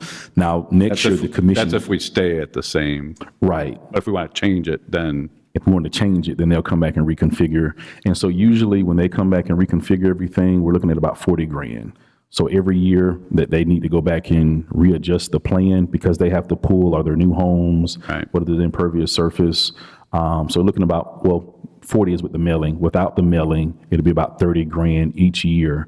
But with the 5-year plan, it would be, about 10 to 15. Now, of course, as we know by being commissioners, each year that could change. We could come back next year and say, well, no, we want to change this, but then that'll put us back into the cycle of spending another 30 grand for them to reconfigure it, and then bringing that back to us, because they have to look at everything. So that's sort of the idea behind the idea of adopting a 5-year plan, is so that, but yeah, each year we have to still say, yes, we agree to it, but it doesn't have to be mailed out, because we'll have that same rate. So the only time we would have to piggyback off of the county would be this year. And so for the next 5 years, we wouldn't have to send out any mailing notices or anything like that at all. And that's the other thing that worries me, because eventually we're going to get to a point where we're going to have to increase sewer rates again with our situation with our sewer plant. Yeah, hopefully, as we're working with the county, and that plan comes to fruition, hopefully it doesn't have to increase as much, because we're not looking at that $50 million debt. Hopefully so. And as we're growing as a city with different homes, hopefully that'll allow things to spread out in regards to what you're saying, like with the sewer rates, so that'll allow that to spread out a little bit better than what we're seeing right now. And to Commissioner Perno's point, I think the increases have come because we haven't incrementally increased for good reason. I mean, I know we said, hey, we don't want to continue to put burdens on our citizens as we're going through the pandemic and the increase of inflation. So I think, we were certainly sympathetic to the needs of our community by not wanting to burden them. But now we've stressed and stretched the city that we have to make some changes somewhere with this. Mayor, if I may. Yes, sir. Mayor, can I add something here? Can you hear me? The boy's voice changed a lot. Yes, that's Kiki. Oh, I did hear that she was on the line, but I thought you were talking about from the conversation with Munis is the context I put that in. No, I've been listening. I just wanted to make sure the commission remembers that the Finance Review Committee has reviewed all of these documents, and it was their intent that a 3% annual, in fact, they said COLA amount, each year for the next 4 years after this initial increase. They supported that. They also supported the revised tier structure that was submitted to you today. That what came out of the Finance Review Committee findings. They also agreed that the stormwater should still be assessed on the property tax bill. The other thing I want to make sure that you understand, as of today, the stormwater is in the hole, $481,000 in cash today. We have basically no more assessment coming in this year, and we still have 6 more months of the year to maintain the stormwater department. We need to make aggressive moves here. We have waited for years. We have put off increases, as you said, for the right reasons at the time. The decisions were made at the right reasons at the time, but we are indeed paying catch up, and it's only going to get worse if we do not address this now. Mayor, if I may. Okay, what I was going to say before Kiki, and thank you, Kiki, for your information. We very much appreciate that. But we just kind of brushed over it as you were speaking, Mayor. The feasibility rate study for the potential to build a larger area if we move the water sewer plant. It could very well be our saving grace, where it shows if we build a larger area, we might receive more revenue, and then we can get together and lessen the blow on this assessment. So really, honestly, that it could end up being a good thing for us in the long run. So, fingers crossed again, but we can meet annually, and based on the information we have, we've got to get the ball rolling. Well, I can say that I'm big enough to admit that my mind can be changed when new information comes in. Right. So, thank you to Kiki and Chris Lightfoot and Commissioner Perno for discussing this. I do think that you've made good arguments on the 3%. All right. So is there a motion for the 5-year plan of the revised 4-tier assessment with a 50% increase with 3% annual increase in vacant property or vacant land being at 18%? I'd like to make the motion. All right. Is there a second for that? I'll second it. All right. Motion and second. Is there any comments from the public? Mr. Walker and then Mr. Bashir. I hope you're happy about this, Mr. Walker. I hope you're happy about this. I have to figure it out. We did too. Yeah, I agree with you. I also I enjoyed your statement about things that you never count into this. Years ago, I had to, I gave my house to my wife, okay, to get away from this stuff. I didn't want to get involved in it. She's good for numbers. I'm thinking about thinking about going back. And I changed it with the lawyer, and I went back, and I took half of it. I'm thinking about going back again because I thought you guys could handle this, but it's not working. There are costs that go involved in this thing. We put it on the water bill for 20 years. I paid it on the water bill, okay? That was misused, and Tiki knows it. We used to pay it in, and it went into the general fund. And from the general fund, it disappeared. Nobody knew where it went. Now we have been, Tiki has, and everybody has been advised that we do not do transfers now anymore.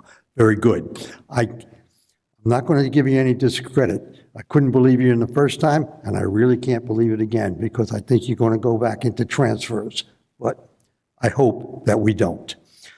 However, you get a $35,000, the mayor pointed out, every year you're going to get a $35,000 charge from Santex to review this.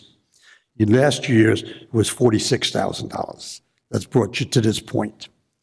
You get a $35,000 year tax, goes to the tax people. They get their administrative charges. Okay, you get a reduction in revenue because of the fact if you pay your tax bill early, you get a reduction. This was not counted in the first program, it now is counted. I understand that, okay? But you get these costs that are going to be in there that I don't hear you mentioning. That's going to be a problem. I have no problem with what you did. I see what you just did. In my predicament, you came out with 50% increase. We got in contact with Sam and he explained what that would be. Very good, I understand that. However, what I look at now is what you're approving is I'm going to get less than a 50% increase. I'm going from $93 to $107. That's a reduction. Am I correct? That's what I'm going to get for my land, okay? My land is 0.5 acres. Half of that is vacant. Nothing on it. My house is on 0.25. Okay? I don't care. That's a minimal thing. I agree right over here with this. I don't have any problem. Am I correct in saying what you're saying right now for my bill is $93, and with a 50% increase, it would have taken it way up? But the way you're talking, I will be charged $107 a year. Is that correct, Sam? Just to clarify, the 50% increase we're discussing is a 50% increase in our revenue, not a 50% increase on the rate. The rework structure is what the rates go with the 4 tiers. So the 50% increase is not, it's increasing your bill 50%, it's increasing our revenue by 50%. It is increasing my bill. Well, I think on your tier, you, like you said, you went down. The tiers are reworked to 4 tiers. Right. So I will be reduced down to 100. Whatever tier you fall in, I don't want to. Thank you. All right, Mr. Bashir. Appreciate your positions. Couple of things. I'm going to stumble through this. This was a complicated issue. I'm glad you're not really looking at putting back on the water bills. One thing that wasn't discussed with that is we do have some billing that is people that live outside of the city, and I don't know that you can actually charge them for stormwater on their water bill. So that's another complication that you'll avoid. I did have a question about the Stantec annual amount. What is that charge for on the annual amounts? So there are 2 charges. Their charges is to go back and do the analysis, the data, all of that they bring to the commission. There are 2 times here. Usually that runs about $29,000. And then if we have to send out those mailing notices, they also bake that into their charge as well, which is about $10,000 to $12,000. So you add those 2 together, and that's how you get, $42,000 or whatever the amount is. But if they just did just the data, then it would average about 26. And then every year after, say if the commission passes this as a 5-year plan, then that will be minimum, because the only thing they're going to do is update the roll from that point, which is about $10,000 to $12,000. All right, so that's what I was asking. Yeah. So they're updating the rolls, so they're just looking at new houses or improvements. That's exactly right. Changed in the rolls. Okay, that answers that question.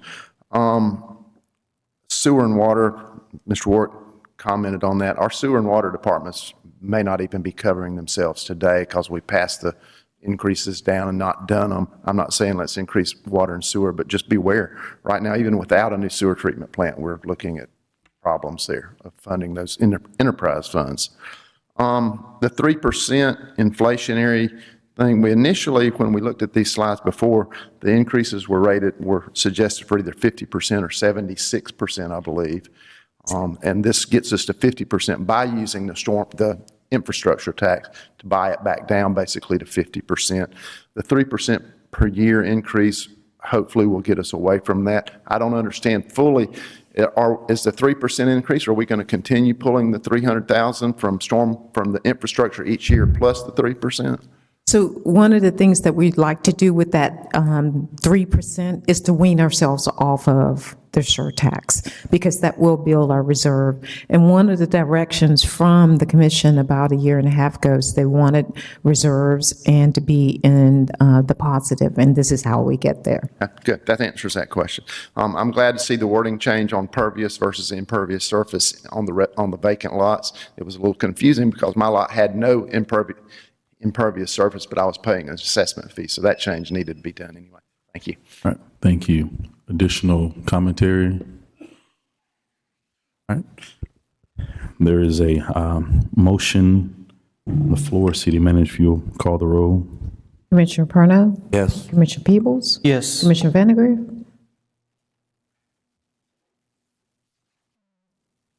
Can you repeat the motion? A 5-year plan of the revised 4-tier assessment with a 50% increase with 3% annual increase and vacant land being at 18%. No. Commissioner Ward? No. Mayor Nelson? Yes, motion passed. All right, moving on to new business. First reading of ordinance 1177, amending the Unified Land Development Code, section specifically for parking requirements for major recreational vehicles and equipment. City Attorney? This has been considered by the planning board. It is modeled after the city of Panama City's ordinance. It expands the where on your property you can place a piece of recreational equipment. Currently, your code allows them in the backyard only. This new ordinance would allow one in the front or side yards, subject to some standards. Thank you for bringing this to us per our discussion. Questions for the city attorney or discussion among us?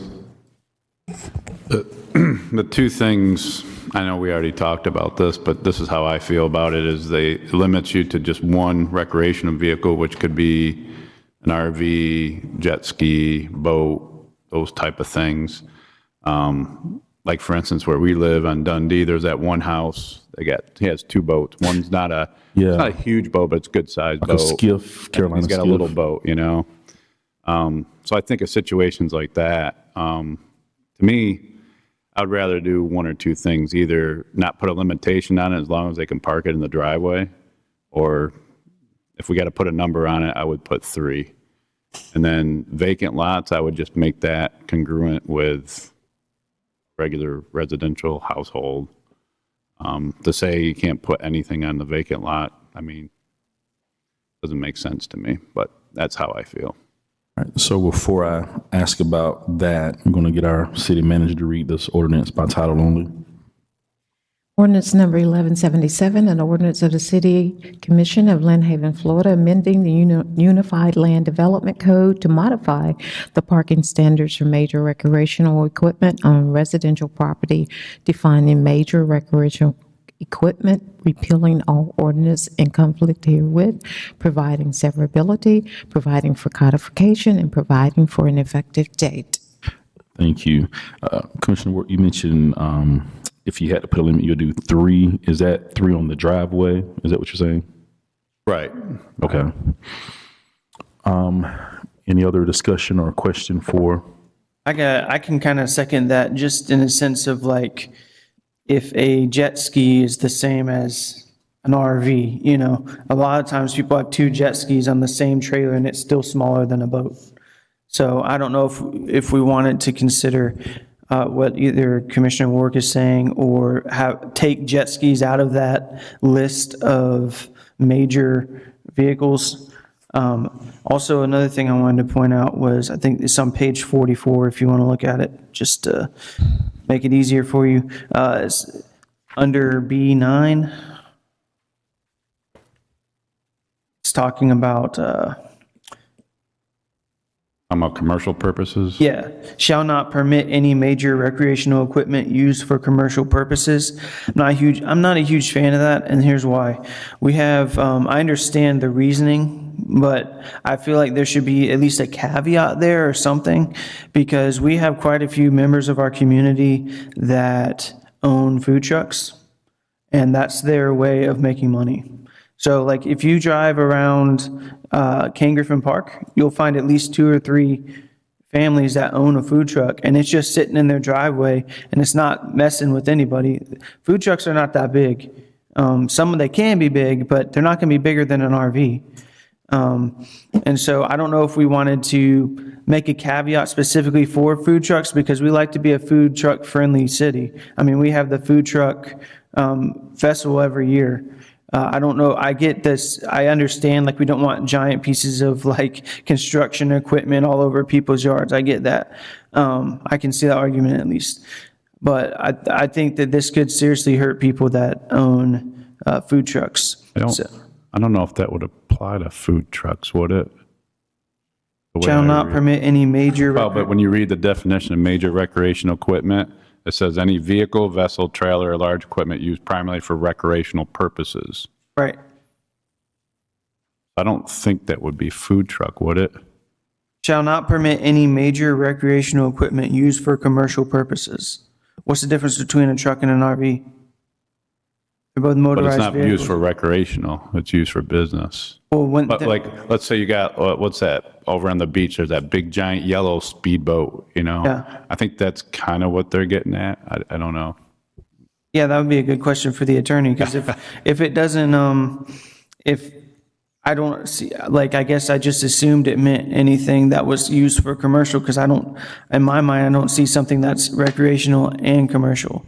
But You could, I guess the commercial side of the recreational would be renting it out as an Airbnb. I mean, like, some people might rent out their RV as an Airbnb. So again, I'm not the author of this language, so I can only guess what they intended. I can share my interpretation, and I read it to mean, for instance, if a business has an RV that it uses for its business, and the RV has the business logo on the side of it, but it is parked in someone's house, that is what I envisioned this to mean. It is a piece of recreational equipment, because it is primarily used for recreational, but it's being used for commercial purposes because it's owned by the business and it's advertising the business. okay, so this is like one of those just catching a one-off, essentially, is what it appears to be doing here. So This is my interpretation. Again, I will need to go back. If this is important, we either need to strike it or modify it, or I can go back to the Panama City attorney to see what problem they were trying to solve and intended by it, because I can't answer that specific question. yeah, and this is just the first reading anyway, so we don't have to we can do some more research into this. I just wanted to give my thoughts on it. Right. Commissioner Vandegrift, I know you have some thoughts. Yes, and they're probably going to be unpopular. I'm going to be the minority here. When you live in a city within the city limits, there are restrictions. Those 300 people that have RVs in their front yard right now should have known what the regulations were when they purchased those vehicles, or those RVs. I mean, it was very clear, on the side or in the back. If this is passed, there'll be 5 times that many in front yards. Code enforcement now has a hard enough time keeping up with what they have to deal with. And now there's going to be, 1,000 more in the front yards. Is it at a right angle? Is it protruding too much? Is it impeding the sidewalk? Like I said, I'm probably the minority here. So, but I needed to say that. So. Commissioner Perno?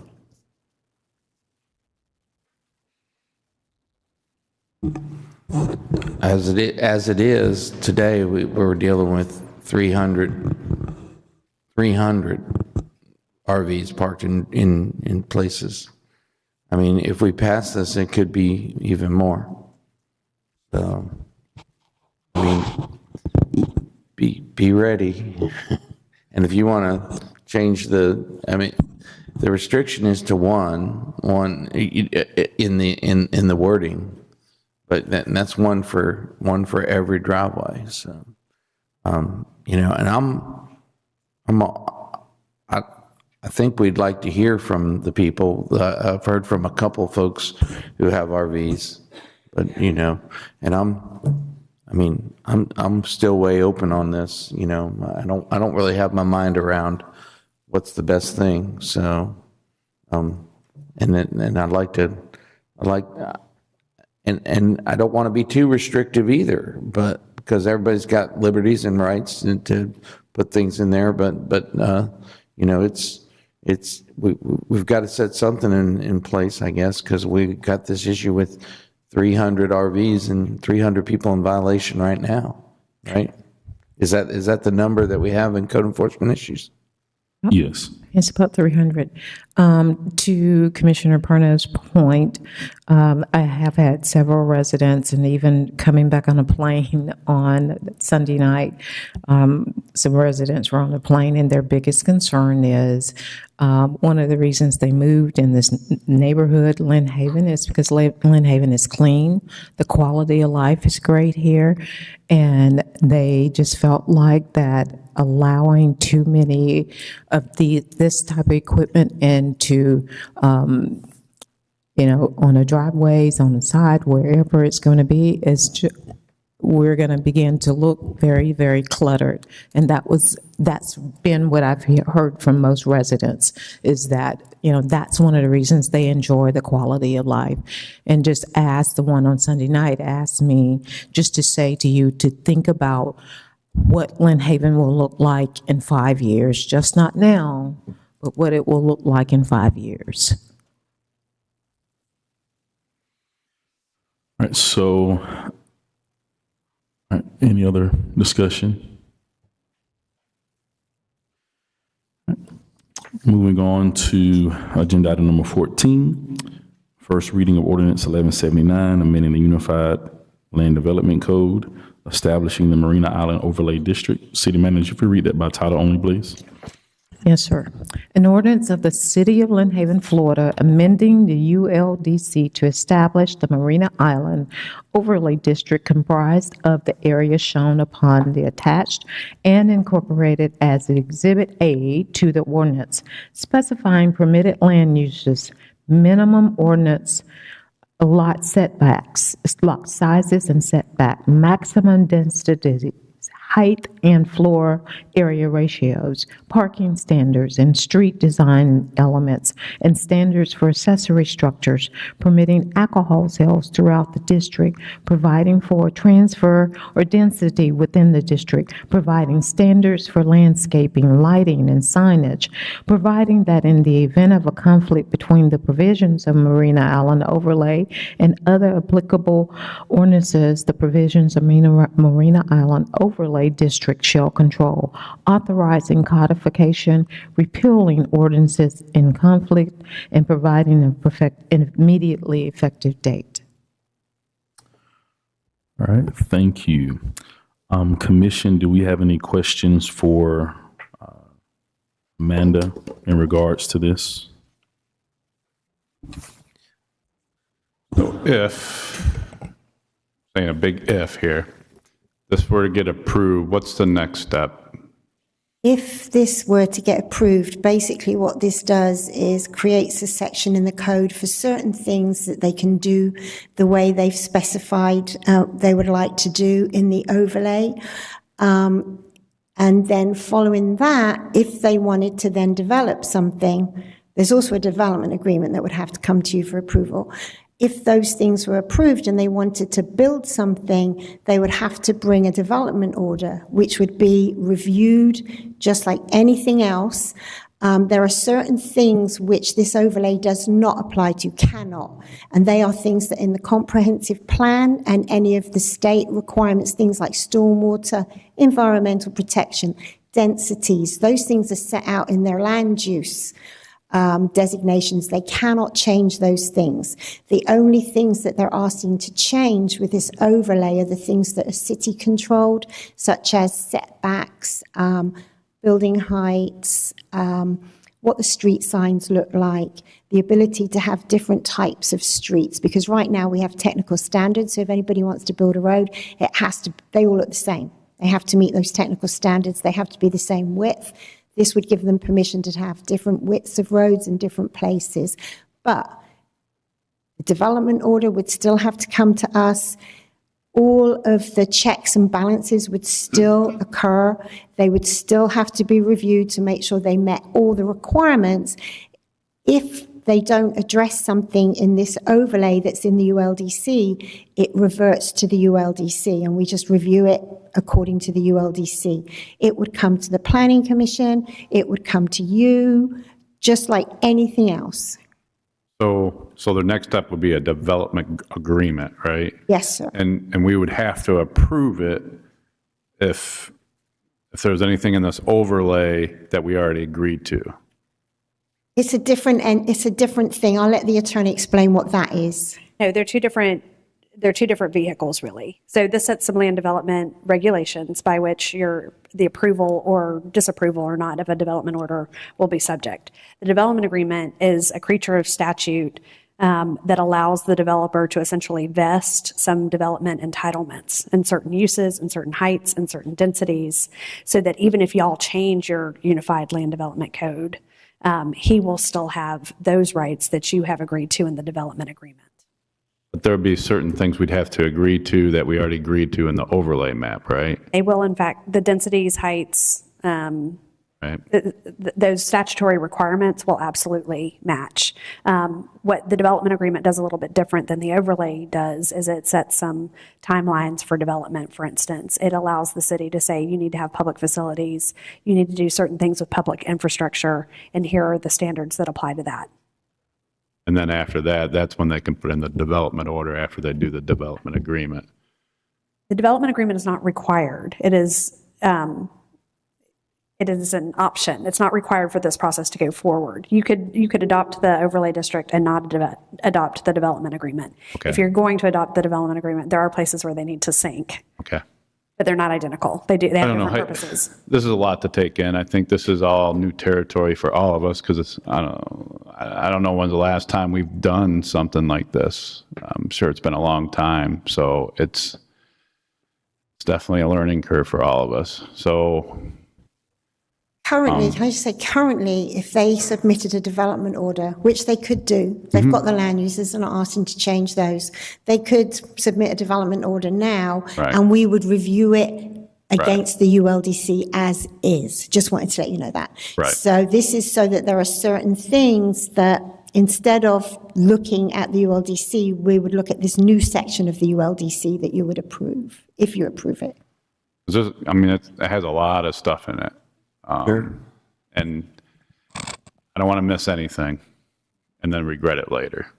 You know what I mean? So, like for instance, I'm concerned about the industrial park. You guys know that. I've said it multiple times. I don't know how you guys feel about it, but I feel like if we encroach, we had that one that Dr. Albibi put in for that low density residential, and we turned it down because we didn't want to encroach on the industrial park. And you guys probably heard me say it a million times, it brings in a whole lot more net revenue with manufacturing, industrial type businesses. And my fear is if it does get encroached on, that we'll start losing some of those businesses. It butts right up to American Industries. It does, but the old field depot, fine with that.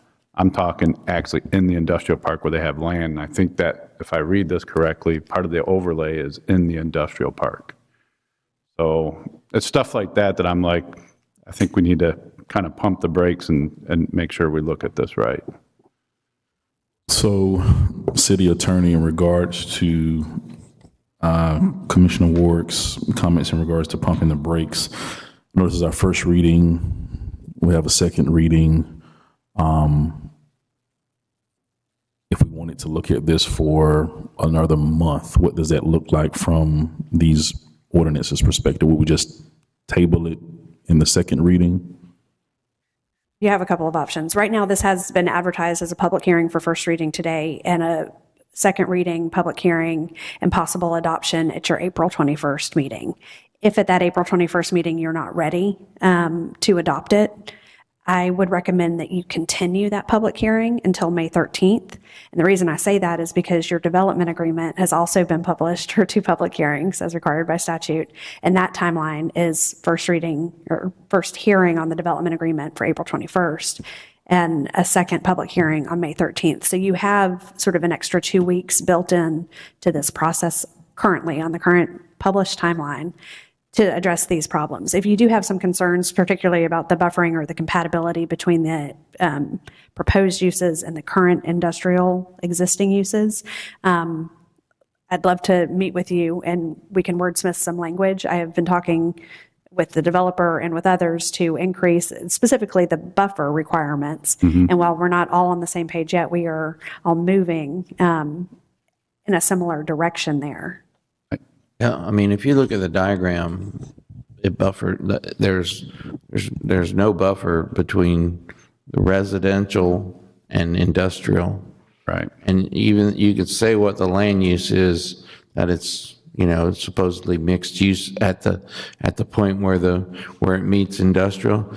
Their diagram says residential, and then I have other questions, but mainly, and the only buffer is, I think it's 20 feet. Yeah, and in previous diagrams, I've seen this. They've come to us 3 or 4 different times before you guys were on the commission. I've sat in on a couple of these, and they've had a diagram presented to us where they had a berm in between the industrial and their their development, and a berm is a mound, and it's soundproof and site-proof, and I mean, that kind of stuff needs to be hashed out. Our industrial businesses have been here 40 some years, and you get residential next to industrial. Industrial's been here and operating, and all of a sudden the residential people are there 3 or 4 years, and this is a nuisance, and we can't, we've got to set this in motion where everybody knows what's going on and plays the rules right, and good neighbors, good fences. What do you guys think about doing a workshop? I mean, if they're at the point where they're going to turn right around on the heels of the overlay and give us a development agreement, I think we got a lot to talk about. I think we got to get our guys, the infrastructure and stuff needs to be studied and everything. So, yeah, I think the public would want to know too. Okay. I think it's a great thing. I mean, it's a destination thing. It's, you're talking about a marina where you're talking about places where people want to drive to and hang out and do stuff. And hey, I'm all for it. And it ultimately is going to increase property value in Lynn Haven, but yeah, I think there's a lot more to talk about. The other question I had is the second reading, is that a quasi judicial hearing or no? So we could talk to like the business owners in there and that if I wanted to. That's correct. So this, let me clarify, because you're going to ask me why I'm changing my answer, and I'm not. This is a legislative hearing because the scope is so large. It affects 180 acres approximately. So it is legislative in nature. There's no Jennings disclosure that is associated with your action on this when you do get to adoption. The development orders, when they come before you, will be quasi-judicial in their nature. I'll just have to say I did talk with the business. I just have to disclose that. The answer will be different in the future when you get to the development order stage. Development agreement is before. Yeah, because at that time, we can only make our Development agreement and this decisions. ordinance are legislative in nature, so there's no Jennings disclosure When associated. we come to the point of development order, if I talk to the industrial businesses, I just have to disclose. I can do it legally, I just have to disclose it. Okay, that's what I thought. Thanks. All right, any other questions for Amanda? I do. Did I misunderstand that if they have if we approve this and they have variances to the developmental code, that when they have to present every single variance to the planning board? They don't have a variance. This is basically, so right now, they have mixed use. We'll take the industrial thing. They actually have mixed use abutting industrial. So right now, they could submit for a development order and they could put multifamily houses, single-family houses right up against the industrial. If they don't address something in the in this overlay, it reverts to the ULDC.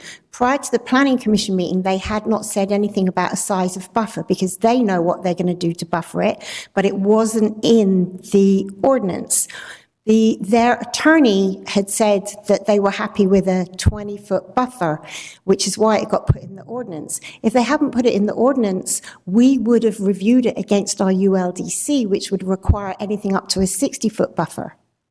So if they haven't addressed it in this ordinance, we're going to review it against the ULDC. There's no variances involved. In a way, the things they want that are different that you might apply for a variance for are in that ordinance. They're all in there. Anything they want to do different from our ULDC is in that ordinance. And so we would review their development order against that ordinance. If we found something they hadn't addressed, such as buffering between mixed use and industrial, we would have made them do what it said in the ULDC. Does that make sense? I don't understand how they could say alcohol sales throughout the whole thing either, when you have to have, the state requires different, like you can't sell alcohol outside. Well, they would still have to adhere to any state licenses. I mean, anything, this is just allowing them to do the things that are city controlled in the ULDC differently. We require, everybody has to have if they want to sell alcohol, they'll have to have a license. They still have to do that. They still have to meet the national stormwater requirements. They still have to meet elevation requirements when it comes to building them. They can't just build them without elevating them. I mean, they're still going to have to meet all the state and national controls. Right. Thank you. Welcome. And we'll review the calendar in regards to a workshop. That's a. So Mayor, just listening to you all and Commissioner Ward saying you need a workshop, just a reminder, a couple of things. April 21st, we've moved that meeting to 5:30. On Friday, April the 18th, that is Good Friday, and the city is closed. So my suggestion would be April 17th, when you have your pre-meeting, to also have either a workshop, so you can gather more information from that, which would be that Thursday instead of that Friday. Yeah, if we have it on the 17th, I won't be able to make it, but But you can, that was just letting you know, I you can do it understand. anytime. Yeah, you can do it anytime, I just want to let you know. just letting the rest of you know I won't be able to make it if it's on the 17th. Would you be able to call in? Okay. Fortunately not. Anytime before then? We want to do it prior to. To the meeting? Prior to the meeting. So let's look at doing it prior to the meeting. So we're meeting at 5:30, so.